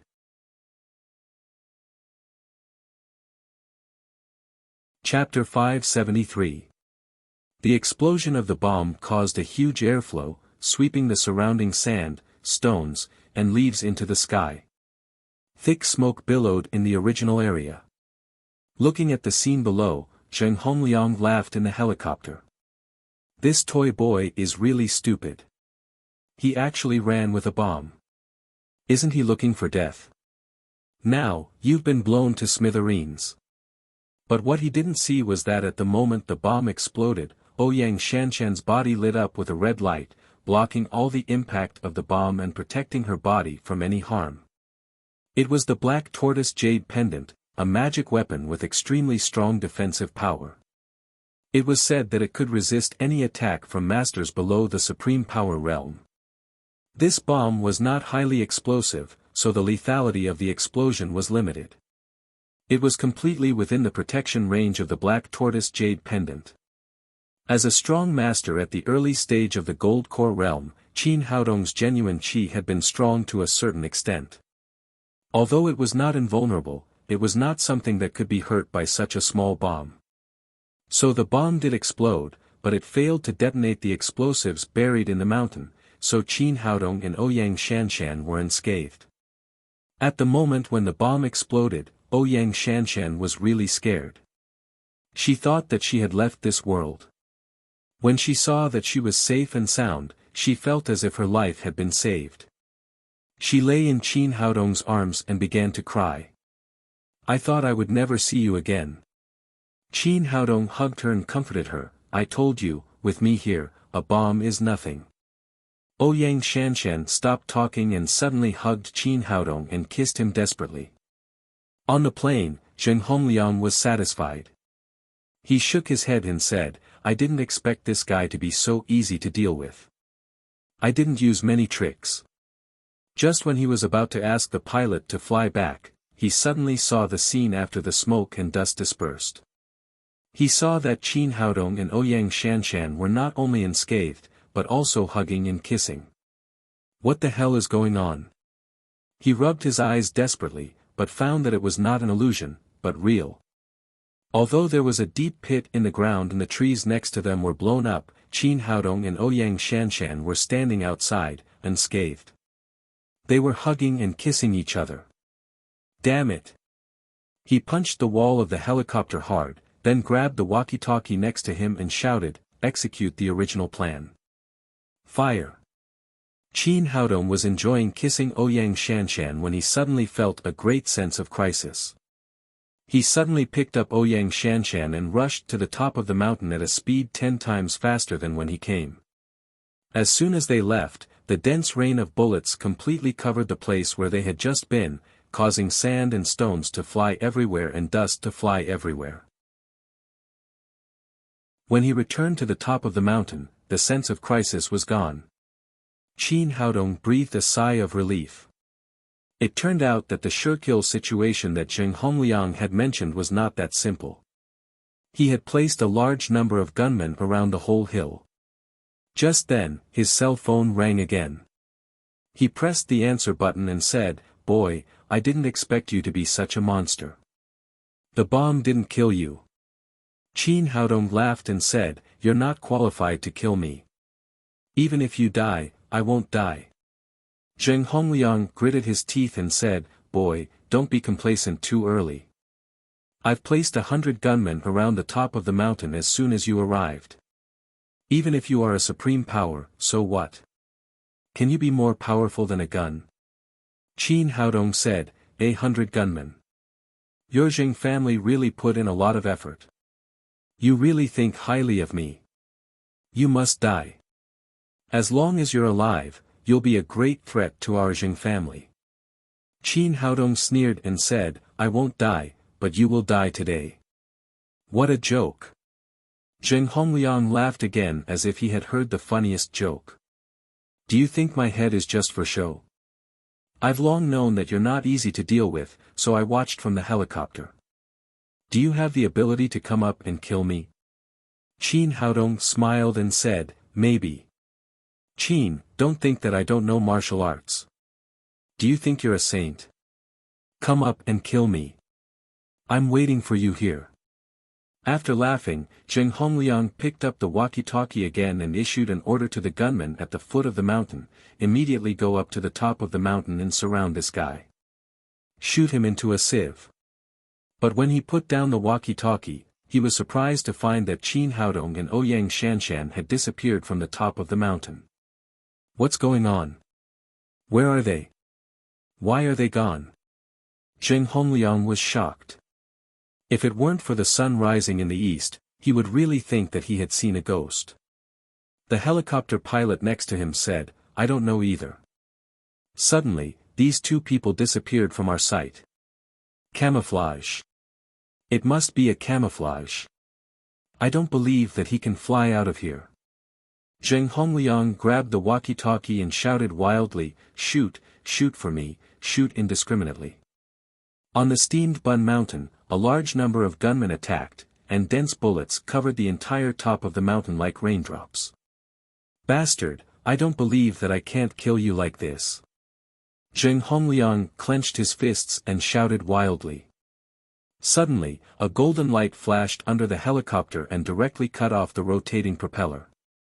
The hovering helicopter immediately flew down the hill like a broken fly, crashing into the top of the hill with a loud bang. Because the speed was too fast, neither the pilot nor Zheng Hongliang had any chance to react. There was no time to parachute at all, and they crashed into the steamed Bun Mountain with the helicopter. The violent collision detonated the fuel in the helicopter's fuel tank. After a loud bang, flames rose into the sky.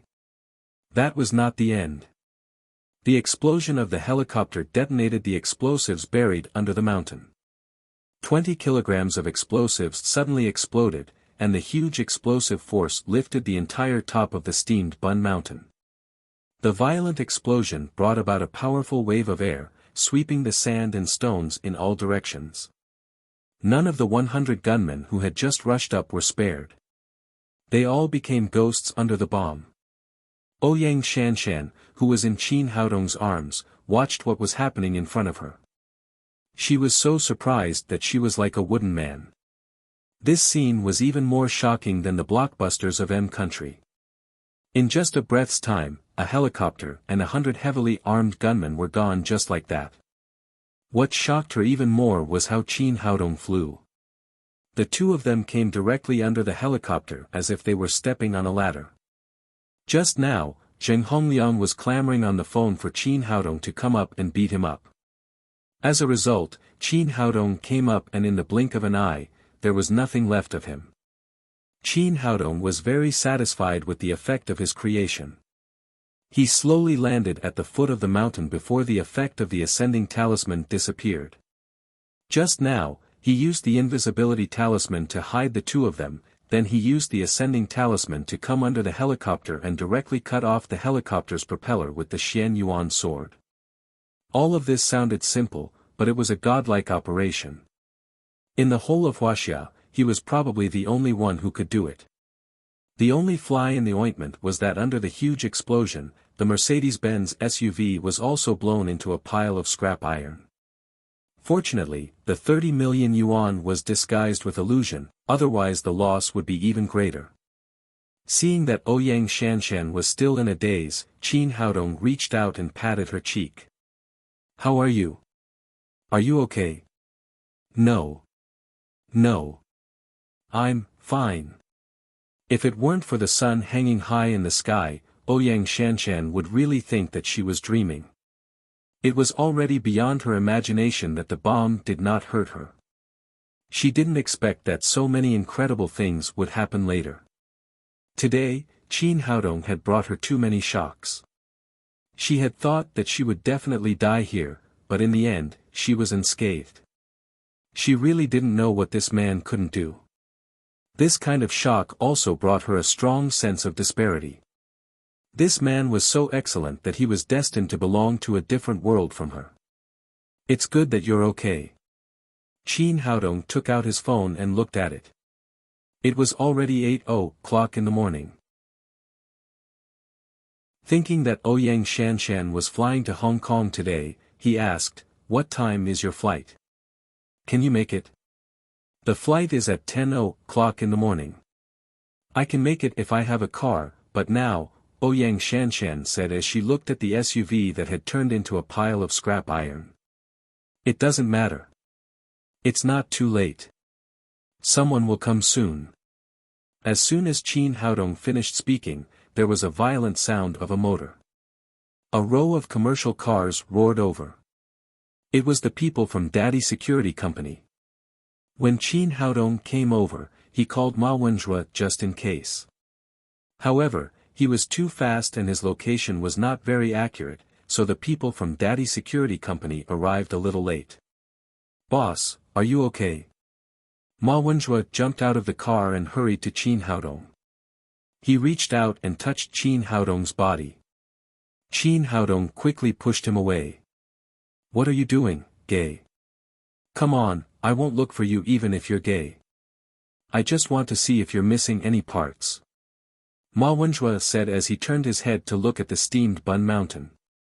At this time, the steamed bun mountain had been razed to the ground by the explosives.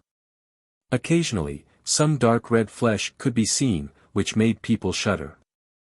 He asked with a murderous look, "Boss, what the hell is going on? Who is so bold as to attack you?" In terms of force, Daddy Security Company was now the #1 boss in Shanghai.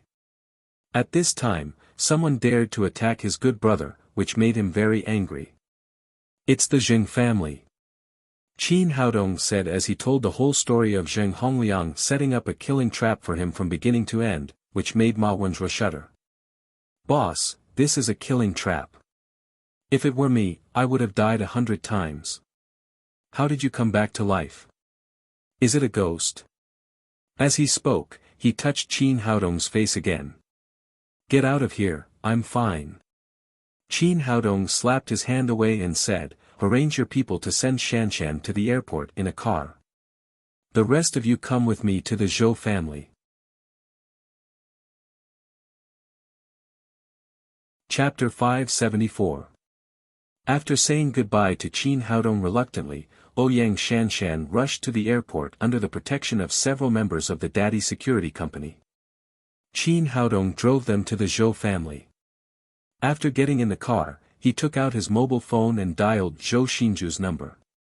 The phone rang for a long time before Zhou Xinju's lazy and coquettish voice came from the other side. "Calling me so early in the morning and disturbing my sweet dream, you have to compensate me." Qin Haodong smiled and said, "Tell me, what did you dream about? I'll compensate you." "I dreamt that I gave birth to a beautiful daughter, but I was scared away by your phone call. Accompany my daughter." I really can't afford it." Qin Haodong said, "I want to see your old man. Please help me arrange it." "What are you going to do to see our master?" Zhou Xinju asked curiously. "I have something important to discuss with him." Zhou Xinju said with a smile, "You're not going to propose to my grandfather, are you? I promise you on behalf of my grandfather." I'm not joking. It really is something big, and it's very urgent. You must hurry up and arrange it for me. I'll be at the Zhou family in half an hour. Is it that urgent? Seeing that Qin Haodong was serious, Zhou Xinju quickly got up and said, "I'm going to Grandpa's place now." Half an hour later, when Qin Haodong appeared in front of the Zhou family's manor, Zhou Xinju was already waiting there. After seeing him, Zhou Xinju hurriedly greeted him. She reached out to hold his arm and complained, "What's the hurry? I didn't even put on makeup." Qin Haodong smiled and said, "You are born beautiful, even without makeup." "I like what you said." Zhou Xinju giggled. "Are you sure you're not here to propose marriage?" I have something important to discuss with Elder Zhou." "Isn't the marriage proposal important? How about you mention it while you're at it?" Qin Haodong quickly changed the topic and said, "By the way, I still don't know your grandfather's name after such a long time." "What's your grandfather's name?" "My grandfather is Jie Chou." Qin Haodong's feet softened and he said, "I'm not joking with you." "I'm not joking with you." Zhou Xinju said, "What's so strange about that? My grandfather's name was given by my great-grandfather. It has been used for more than 70 years. How old is that star Jie Chou? When my grandfather named him, his father probably wasn't even born yet." "Oh. Alright, I'll see which of these two Jie Chows is more handsome." The two of them chatted and laughed as they entered the Zhou manor. In an elegant little courtyard, an old man with a ruddy complexion was sitting there brewing tea. He was the head of the Zhou family, Zhou Jieluan. "Grandpa, I brought Haodong here." In front of the old master, Zhou Xinju still restrained herself. She let go of Qin Haodong's arm and let him sit down on a chair. Then she reached out to pick up the tea set in front of her and poured a cup of tea for the old master and Qin Haodong respectively. "Greetings, Elder Zhou." Qin Haodong greeted him and then looked at the master of the Zhou family in front of him. Although the old man was already over 70 years old, he looked hale and hearty, with white hair and a youthful complexion. Although his face was full of wrinkles, it could still be seen that he was definitely a handsome man when he was young, at least not worse than Jie Chou. While he was looking at the old master was also looking at him. After looking at him, he said with a smile, "Not bad, young man. You're very handsome. No wonder Xinju can't forget you." Zhou Xinju said shyly, "Grandpa, what are you talking about?" "I didn't, you're embarrassed, girl." "Well, I won't say it anymore." Old Master Zhou looked at Qin Haodong and said, "Young man, I want to thank you first. Not only did you help me discipline my good-for-nothing grandson, but you also cured Xinju's illness. You know, I have high hopes for Xinju. She is the future heir of our Zhou family, so you have helped our Zhou family a lot. Tell me, how do you want me to repay you? If you want to propose marriage, I will agree now." Qin Haodong was speechless. What kind of granddaughter was like what kind of grandfather? He kept talking about marriage. He handed the teacup to the old man and said, "Old master, please have some tea." "Young man, Xinju said that you have something urgent to discuss with me." "What's the matter?" Old Master Zhou said as he picked up the teacup and took a sip leisurely. Qin Haodong said, "Then I'll be straightforward. I want to join forces with the Zhou family to destroy the Jing family." Pfft. Old Master Zhou drank a mouthful of tea. Before he swallowed it, he spat it out, followed by a violent cough.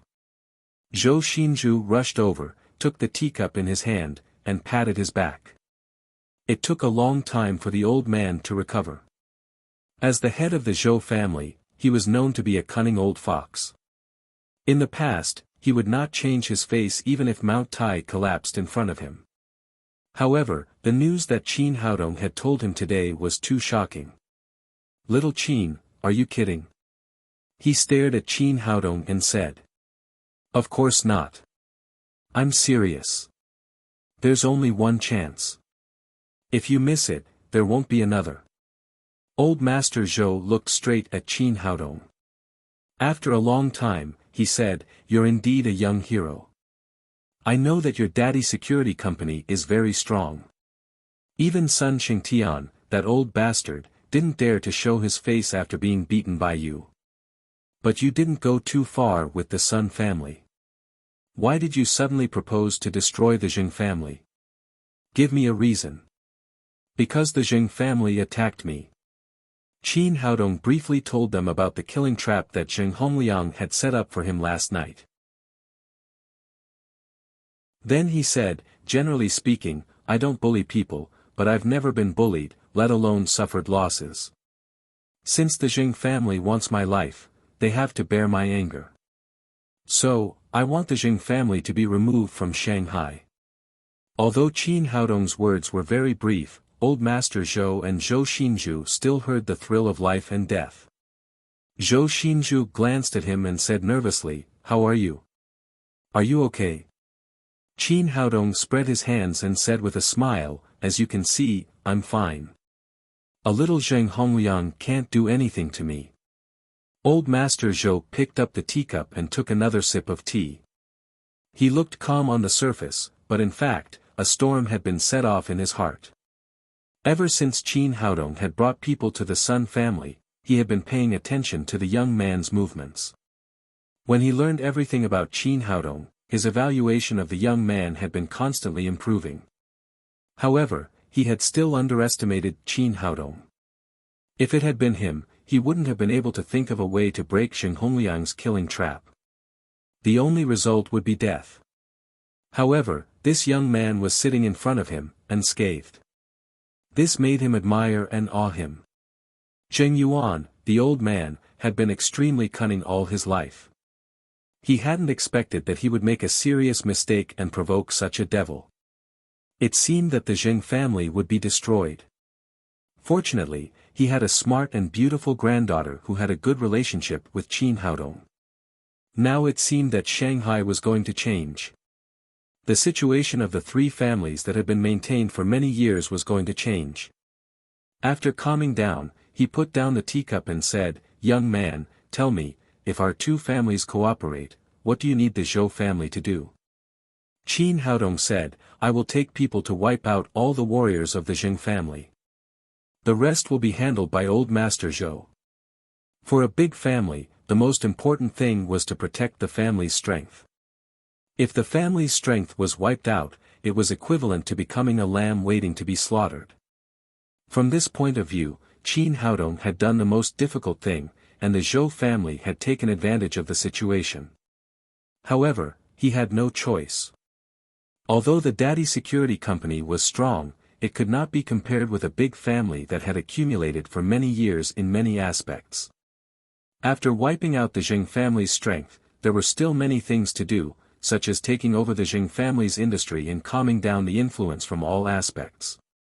These required a lot of manpower and resources, so he had to use the power of the Zhou family and cooperate with them. Zhou Jieluan narrowed his eyes and showed a fox-like smile on his face.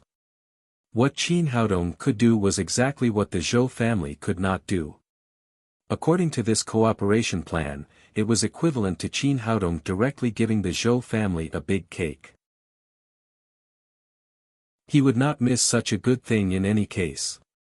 Now it seemed that the three big families in Shanghai were going to become two big families. He suppressed his inner excitement and said, Young man, according to what you said, in fact, our Zhou family has picked up a big bargain. Why are you doing this? Do you want to use the Zheng family as a betrothal gift for Xinzhu? Ahem. Ahem, Qin Haodong did not expect the old man to come back again. He said, since it's a cooperation, of course, we won't give all the cake to the Zhou family. We have to cut half of it. Old Master Zhou narrowed his eyes and said, Tell me, what do you want? Qin Haodong said, I want the Zheng family's medicinal wholesale market, all the traditional Chinese medicine industry, and the Zheng family's existing manor to become the new base of our daddy security company. After listening to him, old Master Zhou's heart moved. It turned out that this was also a little fox. The Zheng family's most important industry was in the field of medicine, which accounted for almost half of the Zheng family's total assets. With the addition of the manor, not only did Qin Haodong not suffer a loss, but he also had some advantages. However, the cooperation could obtain greater benefits for the Zhou family. Not only could they get half of the Zheng family's industry, but they could also have a good relationship with Qin Haodong. The daddy security company could destroy the Zheng family, and it could also destroy the Zhou family, so the last point was the most important. Old Master Zhou said, "Young man, I don't think it was a spur-of-the-moment idea to destroy the Zheng family. It seems that you have done enough work before. Otherwise, you wouldn't be so clear about the Zheng family's industry." Qin Haodong said, "I have a traditional Chinese medicine company that wants to enter Shanghai, so I naturally pay attention to the traditional Chinese medicine industry in Shanghai. But if the Zheng family hadn't come to provoke me this time, I would have talked to them normally and not directly brought it over like this." Old Master Zhou said, "Then it's settled. Our Zhou family is willing to cooperate with you."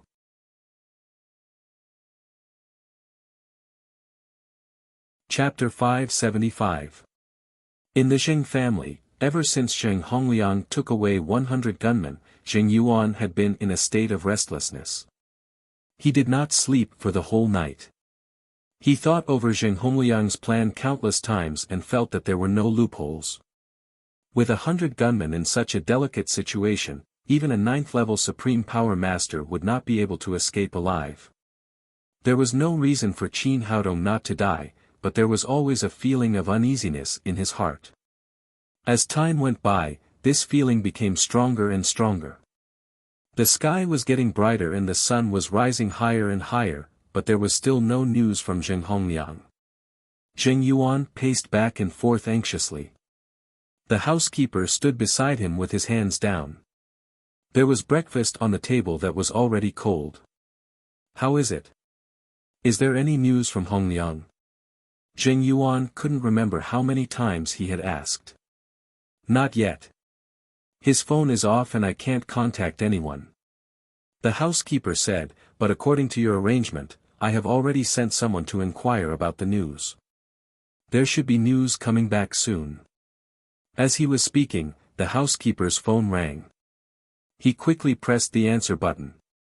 2 minutes later, he hung up the phone. Zheng Yuan asked eagerly, "How is it?" The housekeeper said, "The steamed bun mountain has been completely blocked by the police. According to the news from the inside, the steamed bun mountain has been blown into ruins." Zheng Yuan looked happy. Since the explosives had been successfully detonated, Qin Haodong would definitely die. He asked, "What about Hongliang? Is there any news about him? Why haven't the 100 gunmen come back yet?" The housekeeper hesitated for a moment and said, "There is no news from the young master and the 100 gunmen, but the wreckage of the helicopter was found at the scene of the explosion." "What?" Zheng Yuan's face suddenly turned pale and he sat down on the chair behind him. The helicopter had been taken by Zheng Hongliang. Since the wreckage of the helicopter had been found, Zheng Hongliang must be in danger. However, he didn't understand how Qin Haodong did it. Did he have a rocket with him? How could he shoot down the helicopter? The helicopter had crashed and there was no news from the 100 gunmen. This made him have a bad feeling again. After a moment of silence, he asked, "What about Qin Haodong? Is there any news from him? Is there any movement from the daddy security company?" "At present, our people haven't found Qin Haodong. The daddy security company is quiet as if there is no one there. However, someone saw Ouyang Shanshan at the airport. She has boarded a plane to Hong Kong." "What? Ouyang Shanshan boarded the plane?" Hearing this news, Zheng Yuan was completely dumbfounded. Since Ouyang Shanshan was not dead, it proved that Qin Haodong must be fine. It's over, it's all over this time. A chill rose from the bottom of his heart. He had thought that he could completely eradicate Qin Haodong and get rid of a big threat for the Jing family, but now Zheng Hongliang's life and death were unknown, while Qin Haodong was safe and sound. What he was most worried about now was not his grandson's life or death, but Qin Haodong's revenge. According to past information, this young man was definitely not someone who was willing to suffer losses. The Sun family smashed his Lin's group, so he directly led his people to attack the Sun family. Now that the Zheng family tried to kill him, it was conceivable how he would retaliate.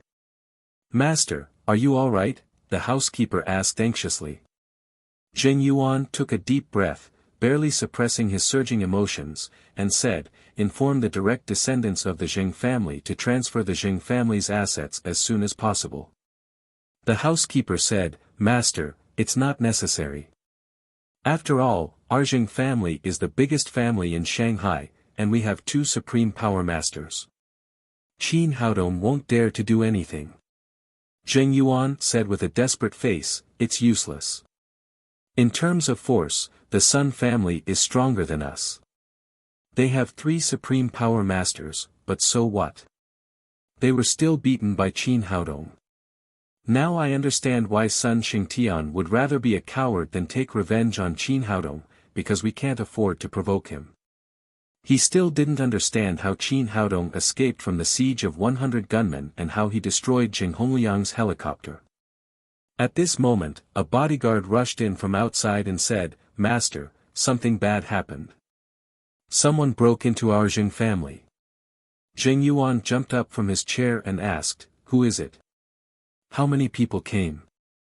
"A lot of people, at least a few hundred," the bodyguard said. "It's Qin Haodong with the people from Daddy Security Company and the Zhou family." "Master, please think of a way. The people from Daddy Security Company are too fierce.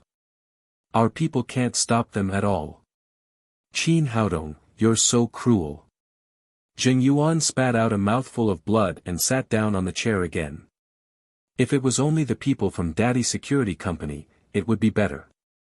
At most, they would sign an unfair contract like the Sun family and lose some money. But they never thought that Qin Haodong would join forces with the Zhou family. What did this mean? It meant that Qin Haodong didn't want to let the Zheng family live at all. He was going to eat them up. "Master, are you okay?" The housekeeper rushed forward and supported Zheng Yuan, who was on the verge of falling on the chair, and said, "Why don't we call the police? Although it's not good for our family's reputation, it can help us get through this." "Call the police?" The housekeeper's words were somewhat unexpected. In the previous battles between families, they had never used the power of the government. The housekeeper said, "Master, now the Zheng family is in an emergency. We can't care so much. No matter how capable Qin Haodong is, he has to gain a foothold in Wuxia. If he does, he can't fight against the government." Zheng Yuan thought for a moment and felt that the housekeeper's words were reasonable. He said, "Then try it. Call the police immediately and say that someone has invaded our Zheng family." "Yes, master." The housekeeper agreed, took out his mobile phone and dialed the police number. Soon, he found that he couldn't get through at all. There was no signal at all. He quickly grabbed the landline next to him, but the result was the same. The phone was busy and he couldn't get through at all. Seeing his panicked look, Zheng Yuan asked, "What's wrong?" The housekeeper said, "Master, our signal has been completely cut off. We can't get in touch with the outside world now. It's over. The Zheng family is completely over." Zheng Yuan's face was pale and he murmured, "It's Zheng Hongliang, that bastard, who harmed our Zheng family. If I had known this, I wouldn't have taken the initiative to provoke Qin Haodong. Even if he coveted our traditional Chinese medicine industry, there was always a chance to negotiate. But now there's no chance." The head bodyguard asked nervously, "Master, the enemy is in front of us. What should we do now?" Zheng Yuan stood up shakily and said with a determined face, "What will come eventually. It's not a solution to hide. Immediately gather all the people of the Jing family and go out with me. Qin Haodong took people to the door of the Jing family's house. After dealing with several bodyguards at the door, a member of the Daddy Security Company was about to smash the door as he had done in the Sun family's house. Qin Haodong quickly reached out to stop him. You can hit people, but you can't smash things. In the future, this will be our company's industry. If you break it, you'll have to spend money to repair it. Old man Zhou stroked his beard and said with a smile, "Boy, you got into the zone early. Now you think of yourself as the master. Of course, the landlord has no surplus food. It's better to be careful." Qin Haodong smiled and rushed into the Jing family's house with Ma Wenjue. Seeing that someone had broken into the Jing family's house, the servants of the Jing family rushed out aggressively at first, but they were beaten by the people of the Daddy Security Company and fled to the back. By the time Jing Yuan rushed out with the consecrators, the Zhou clan servants and bodyguards were already lying on the ground. Screams and wails filled the air. "Qin Haodong, what are you doing? Our Jing family has been tolerant of you again and again. Why are you attacking us?" The one who spoke was Zheng Hongliang and Zheng Hongda's father, Jing Yuan's eldest son, Jing Bin. Qin Haodong looked at Jing Yuan next to him and said coldly, "Why did I attack the Jing family? You can ask old man Jing. He knows best." Jing Bin was puzzled and turned to look at his father. Jing Yuan sighed and said to Qin Haodong, "This is our Jing family's fault. I just want to know if there is any room for negotiation. Can you let our Jing family go? Let the Jing family go." Qin Haodong sneered and said, "I just want to know, when the Jing family bought the 20 kilograms of explosives, did you think about letting me go? When you arranged for 100 gunmen, did you think about letting me go?" Seeing that there was no room for negotiation, Jing Yuan said excitedly, "Then what do you want? Do you want to destroy our Jing family?" "You're right. I want the Jing family to be removed from Shanghai." Qin Haodong said, "I always take revenge. Since your Jing family punched me, don't blame me for kicking you back." Jing Bin cried, "Boy, you're so arrogant. I want to see if you have the ability to remove our Jing family. Then I'll show you." Qin Haodong looked up and said to the followers of the Jing family, "I'll give you a chance. I won't stop you from leaving the Jing family now. If you stay and resist stubbornly with the Jing family, don't blame me for being cruel. Boy, you're so arrogant. Let me see what you're capable of." While speaking, an old Taoist stepped out. The Jing family had two great master followers. One was called the Pen Scholar, and the other was the Squinting Taoist in front of them. The Squinting Taoist looked only 30 or 40 years old, but in fact, he was over 70 years old. However, this old Taoist was an evil cultivator who was proficient in the art of collecting yin to nourish yang, so he looked so young. One of his most notable features was that his eyes suffered from severe squinting. Whenever he looked at someone, his eyes would look to the side, so people gave him the nickname of Squinting Taoist. However, this guy was very talented in martial arts. He turned his squinting eyes into an advantage. Whenever he fought with someone, no one could see where his attention was, so he achieved the effect of winning by surprise.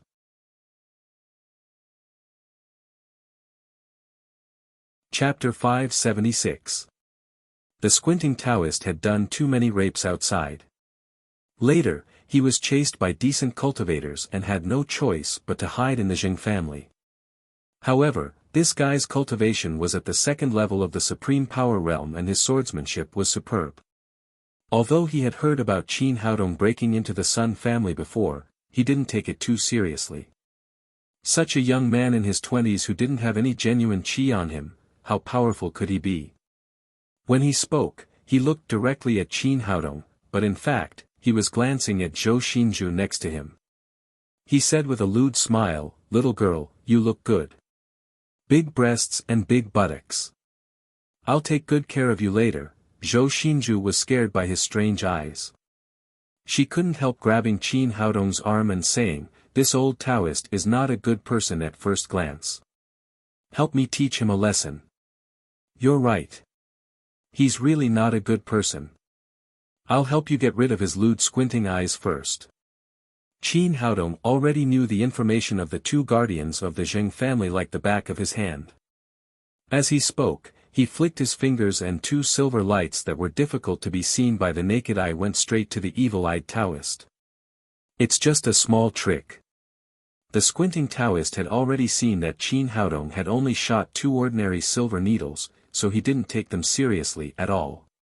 He raised his hand and slapped out. In his opinion, with his cultivation at the second level of the supreme power realm, he could shake the two silver needles away with his palm.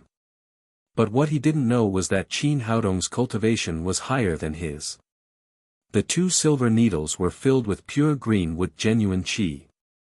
Not only were they not shaken away by the palm, but they pierced through his protective gang qi, penetrated his palm, and directly pierced his eyes.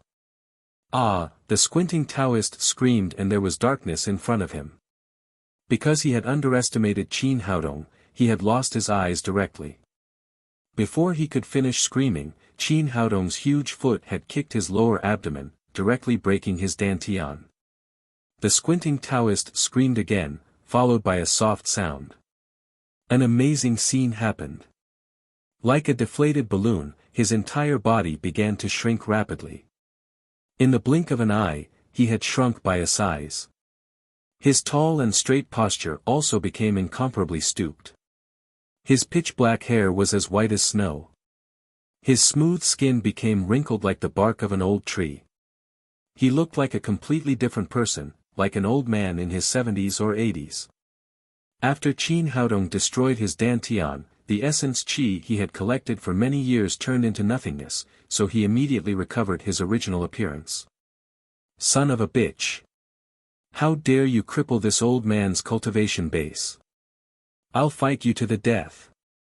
The squinting Taoist rushed forward like a madman, but at this time, his power had been destroyed. Walking had become a luxury, not to mention fighting. He had only taken 2 steps when he fell flat on his face. His loose teeth fell all over the ground. He raised his head and shouted with his mouth full of blood, "Bastard, why don't you kill me? Hurry up and kill me." Just a few minutes ago, he was still a high-spirited master at the second level of the supreme power realm. In the blink of an eye, Qin Haodong had turned him into a cripple. This feeling made him feel like dying. Qin Haodong sneered and said, "Kill you? That's too easy for you. You've done a lot of evil over the years. Just wait for the people you've harmed to come and take revenge on you. Throw him out." He waved his hand behind him. Immediately, 2 members of the Daddy Security Company came forward, pulled the squinting Taoist up and threw him out of the gate. "Kill me! Kill me now!" The squinting Taoist screamed miserably, but his eyes were blind and he couldn't even tell the direction. He couldn't find the gate of the Zheng family at all. He had done a lot of evil over the years. If his enemies knew that his cultivation had been destroyed, they would come to find him. Even death would become an extravagant hope. Seeing that Qin Haodong had destroyed the evil-eyed Taoist with one move, the faces of the guardians of the Zheng family all turned pale. The squinting Taoist was the only second-level supreme power master in the Zheng family. He was the number 1 master among them. Even such a person couldn't stop Qin Haodong's move. How could they fight against him? They were just guardians of the Zheng family, not men of sacrifice. There was no need for them to live and die with the Zheng family. At this moment, everyone's mind was shaken. At this time, a scholar in a robe stood up with a huge iron pen on his back. He was another supreme power master of the Zheng family, the Iron Pen Scholar. "I know that I'm no match for Mr. Qin. I'll leave now. Please be merciful, Mr. Qin." He couldn't even beat the squinting Taoist. He was only a first-level supreme power master. He knew that he was no match for Qin Haodong, so he stood up and admitted defeat. Qin Haodong waved his hand and said, "I have no grudge against you. There's no need to make things difficult for you. Let's go. Thank you, Mr. Qin. The Iron Pen scholar breathed a sigh of relief. He didn't even look at Jing Yuan. He moved his feet and disappeared from the Zheng family's courtyard. Qin Haodong said to the other guardians, I'll count to 10. If you're still in the Zheng family after that, your cultivation will be abolished. 10. 9. 8. 7. Qin Haodong had just counted to 4. Before he finished counting to 10, the executives of the Zheng family scattered like birds and beasts. Not a single one was left. To put it nicely, they were called consecrators, but to put it bluntly, they were bodyguards hired by the Zheng family. These people were not descendants of the Zheng family, so their loyalty was naturally not high. When they saw that things were not going well, they immediately ran away. Looking at the empty surroundings, Jing Yuan seemed to have aged 10 years in an instant. He hesitated for a moment and finally stepped in front of Zhou Jieluan and said, Brother Zhou, I'm a few years older than you. For the sake of so many years of living together, please leave our Zheng family a way out. Old Zhou waved his hand and said, Old Zheng, don't tell me you still don't understand. I'm not in charge today. It's useless even if you kneel down to me. Alas. After a long sigh, Jing Yuan staggered to Qin Haodong and knelt on the ground. Mr. Qin, it's our Zheng family's fault this time. For the sake of me, please let our Zheng family go this time. The people of the Zheng family all looked sad. Old Master Zheng, who used to be superior in the entire Zheng family and even the entire Shanghai, was now kneeling in front of a young man and begging for mercy. They could do nothing in the face of this situation. They had seen this kind of situation before, but it had always happened to their opponents. They had never thought that it would happen to the Zheng family one day. If you knew this would happen, why did you do it in the first place? Qin Haodong looked at the white-haired Jing Yuan and said, For the sake of your age, I won't kill you. Hand over your Zheng family's property, then take your people and get out of here. Don't ever appear in Shanghai again. Okay, I agree. Although it was only 4 simple words, it was extremely difficult for Jing Yuan to say them. The once prominent first family in Shanghai would no longer exist from now on. As the saying goes, a single mistake can cause everlasting regret. If he was given another chance, he would not provoke the young man in front of him no matter what. Qin Haodong ignored this. He turned his head and said to the old man, I'm done here. I'll leave the rest to your Zhou family. Don't worry, little brother. Now the Zheng family is like a naked woman.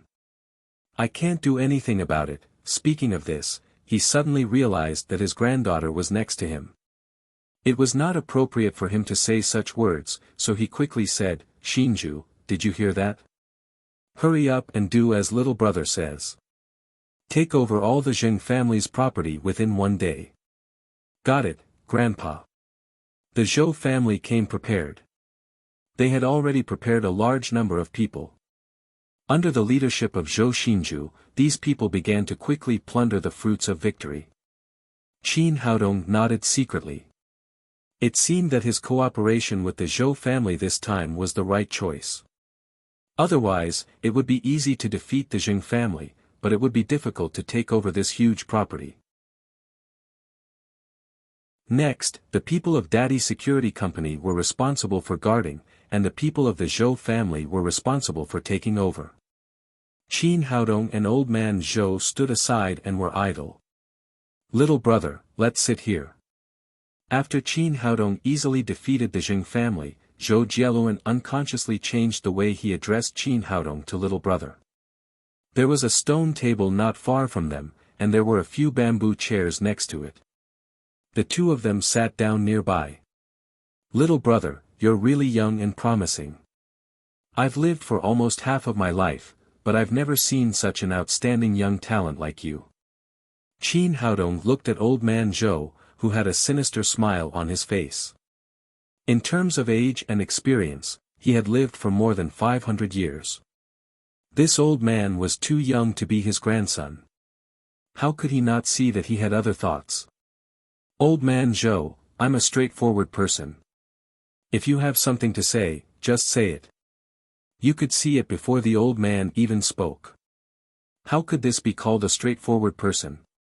After secretly criticizing him, old man Zhou said, "Brother, with the strength of your daddy's security company, I'm afraid no one in the entire Shanghai can match you. Why don't we cooperate again?" Although he didn't say it clearly, Qin Haodong understood what he meant. Shanghai originally had 3 big families. Now that the Zheng family was removed, there was still the Sun family. Old man Zhou wanted to cooperate with him again and completely erase the Sun family. In the future, only the Zhou family would be left in the imperial capital.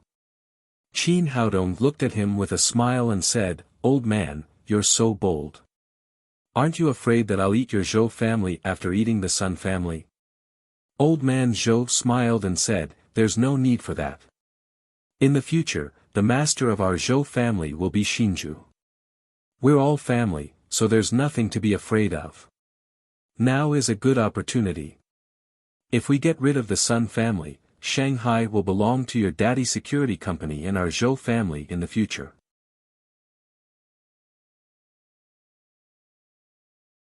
Chapter 577. Old man Zhou sighed with regret, but he still said unwillingly, "Won't you think about it?" Qin Haodong said, "There's no need to think about it. In fact, I won't stay in Shanghai for long. I'll leave soon." After the trip to the capital, Qin Haodong's life goal immediately changed dramatically. What he needed to do now was to improve his strength as soon as possible, strengthen his team, and one day enter the capital with dignity and meet his parents. Therefore, things that were extremely important to Zhou Jieluan were nothing to him. If the Zheng family hadn't taken the initiative to provoke him this time, he wouldn't have changed the situation of the 3 families. Then forget it. Zhou Jieluan shook his head. "But you still have to be careful of the Sun family. I know that old guy's son Xingtian very well. You've smashed his nest, so he won't let it go. The reason why he's temporarily enduring is to wait for an opportunity. Sooner or later, he'll take revenge on you." Qin Haodong smiled and said, "If he wants to die, then don't blame me." In the bedroom of the Sun family, Sun Xingtian stood in front of the black-robed man and said respectfully, "Your Excellency, Qin Haodong has just wiped out the Zheng family. I'm afraid it won't be long before he attacks our Sun family. Is there any news from the sect master?" The black-robed man said coldly, "How can you ask about the sect master's affairs? You haven't finished what the holy sect gave you. When you're done, you'll naturally come to Shanghai. At that time, it'll be easy to deal with Qin Haodong." Sun Xingtian said, "I see, Your Excellency. I've already completed most of it. It'll be done in a few days." The next day, the sun rose. Yesterday was a thing of the past, and the Zheng family had also disappeared from the upper class of Shanghai. Today was Monday. Lin Momo was in charge of taking over the Zheng family's business. Qin Haodong followed everyone to school. "Boss, you're finally here. I missed you so much." "Boss, what have you been doing these days? Did you go somewhere to flirt with girls again?" Ji Fubao and Tian Boguang immediately pounced on Qin Haodong when they saw him. They grabbed his arms from both sides, looking extremely intimate. "Let me go, you two. Don't let people think that I have a special hobby." Qin Haodong smiled and said, "I went to the capital these days to do something." Ji Fubao said, "Boss, I find that you are really a god. You haven't been to class for almost a week, but the school seems to be fine. No one asked you at all." Tian Boguang said, "This world is really unfair. I skipped a class and rolled in the sheets with a lonely girl. As a result, I was severely criticized by the teacher and almost got a demerit. Boss, on the other hand, ran around for a week and was completely fine." Ji Fubao said, "You want to compete with the boss with your little ability?" Don't you know that old Sue in our college has learned medical skills from the boss? At this moment, a clear voice said, Fatty, who is this old man Sue you're talking about? Ji Fubao looked back and saw Su Hui appear behind him, holding a shiny silver needle in her hand. During this period of time, Su Hui had been practicing the 9 magical needles of plum blossom on him, which left a big shadow on his fat heart. Although the effect of losing weight was excellent and he had lost about 70 to 40 kilograms, the feeling of wanting to die made him tremble. No. No. Who are you talking about? I'm talking about the old man who sells Su Crisp at the school gate. It has nothing to do with your grandfather. I suddenly have a stomachache. I'm going to the toilet. After that, the guy immediately ran out through the urethra. I'll go and see if this guy lied to you. Tian Buguang felt that he was in the way, so he ran out with him. Seeing that the 2 guys had left, Su Hui said to Qin Haodong, Where have you been these days? My grandfather is in a hurry to find you. I went to the capital. Qin Haodong asked curiously, Why is your grandfather looking for me? Su Hui said, I don't know the details. It may have something to do with the academic exchange group of Koryo. He said that as long as you come to class today, you have to go back with me in the evening no matter what. He will make it clear to you face to face. Qin Haodong had a very good impression of Su Hongbao. He said, Well, I'll go to your house with you tonight.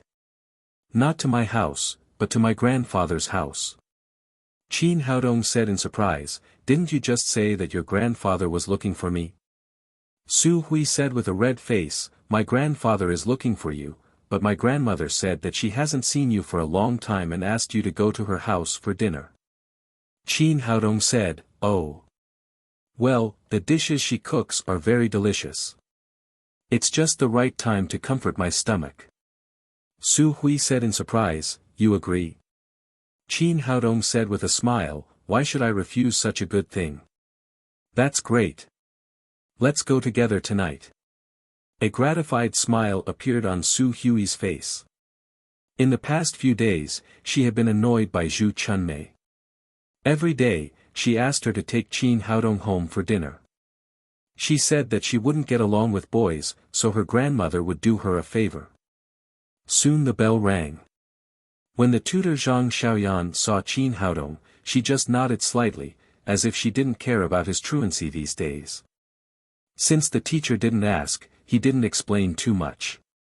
After school, he followed Su Hui to his grandfather Lu Qigong's house. Little Qin, where have you been these days? Why don't you come to our house more often? As soon as Qin Haodong entered the door, Zhu Chunmei enthusiastically pulled him in. She liked him very much, as if she was looking at her grandson-in-law. Little Qin, sit here with Hui Hui and have a good chat. I'll go cook for you. Then she turned and went into the kitchen. At this time, Lu Qigong came out of the room.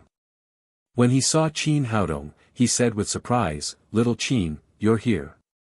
Come to my room quickly. I have something good to show you. After that, he pulled Qin Haodong into his room without any explanation. Su Hui shook her head slightly and could only follow him in. Little Qin, thank you so much this time. If it weren't for the jade pendant you gave me, the archaeological work wouldn't have been completed so smoothly. Last time, when he was in the ancient tomb, the archaeological work was suspended.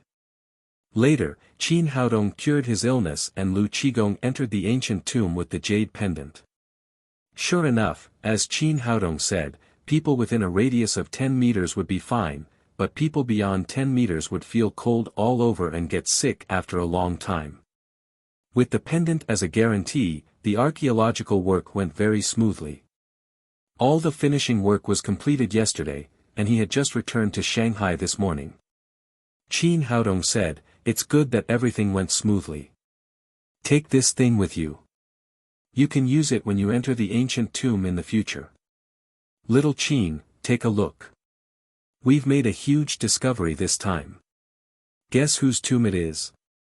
Lu Qigong said as he turned on the computer and pulled up the video materials left by them during the archaeological work. These materials were all internal records, and outsiders could never see them. He was sincerely grateful to Qin Haodong for his help, so he shared what he thought was the most precious thing with him. Qin Haodong moved the mouse and kept flipping through the photos on the screen. To be honest, he was not very good at these archaeological things, nor was he very interested in them. However, this tomb was extremely luxurious and spacious. The collection in the tomb was indeed very rich, and each of them looked very beautiful. He cooperated and asked, "Old master, whose tomb is this?" "Wei Zhongxian." "It's Wei Zhongxian's tomb." Lu Qigong said excitedly, "After our joint research and verification, we're sure that this tomb belongs to Wei Zhongxian, the great eunuch of the Ming dynasty." Su Hui asked, "Wei Zhongxian? Wasn't he burned to ashes by Emperor Chongzhen? Why is there his own tomb?" "It's not surprising. This is the cenotaph that Wei Zhongxian prepared for himself in advance. When it came to the industry he was good at, Lu Qigong talked incessantly. According to our deduction, this tomb belongs to Wei Zhongxian. He probably expected that he would not have a good end, so he built this tomb in advance. The location of the tomb is very hidden, and there are no bones in it. It should have been prepared in advance. But later Emperor Chongzhen killed him directly and didn't give him a chance to be buried at all." Qin Haodong said, "Since there was no burial, why are there so many funerary objects?" Lu Qigong said, "At that time, Wei Zhongxian was powerful in the court and was known as 9,000 years old. He had countless wealth in his hands, so it's normal for him to put some things in advance." "Oh." Qin Haodong nodded and continued to look at the pictures on the computer, but he was not very interested in these bottles and cans, so he looked through them very quickly. Suddenly, a picture jumped out. It was an open scroll, like an imperial edict, but not an imperial edict.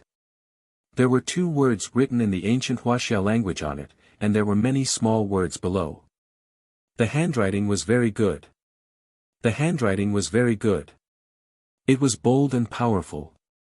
At the end, there was even a big red seal.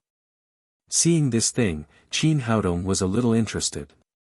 He stopped and asked, "What is this, old man?" Lu Qigong said, "This is the letter of credence. It was written by Koryo to the Ming dynasty, and the seal of the king of Koryo was stamped at the bottom. It turns out to be a letter of credence." Qin Haodong asked, "Old man, since it's a letter of credence from Koryo, why is it written in Wuxia language?" Lu Qigong said, "At that time, Koryo was only one of the affiliated countries of Wuxia, and the Ming dynasty was the Celestial Empire. In order to show respect, the affiliated countries asked the ministers who were proficient in Wuxia language to write the letter." You're tuning in to the Han Li's Wuxia Chronicles YouTube channel. We're so grateful for your support, and don't forget to subscribe to join us on this incredible journey through captivating stories. Your generosity through donations truly makes a world of difference, as it's the primary source of revenue that allows me to expand and enhance this channel for you. Thank you from the bottom of my heart for being a part of this adventure.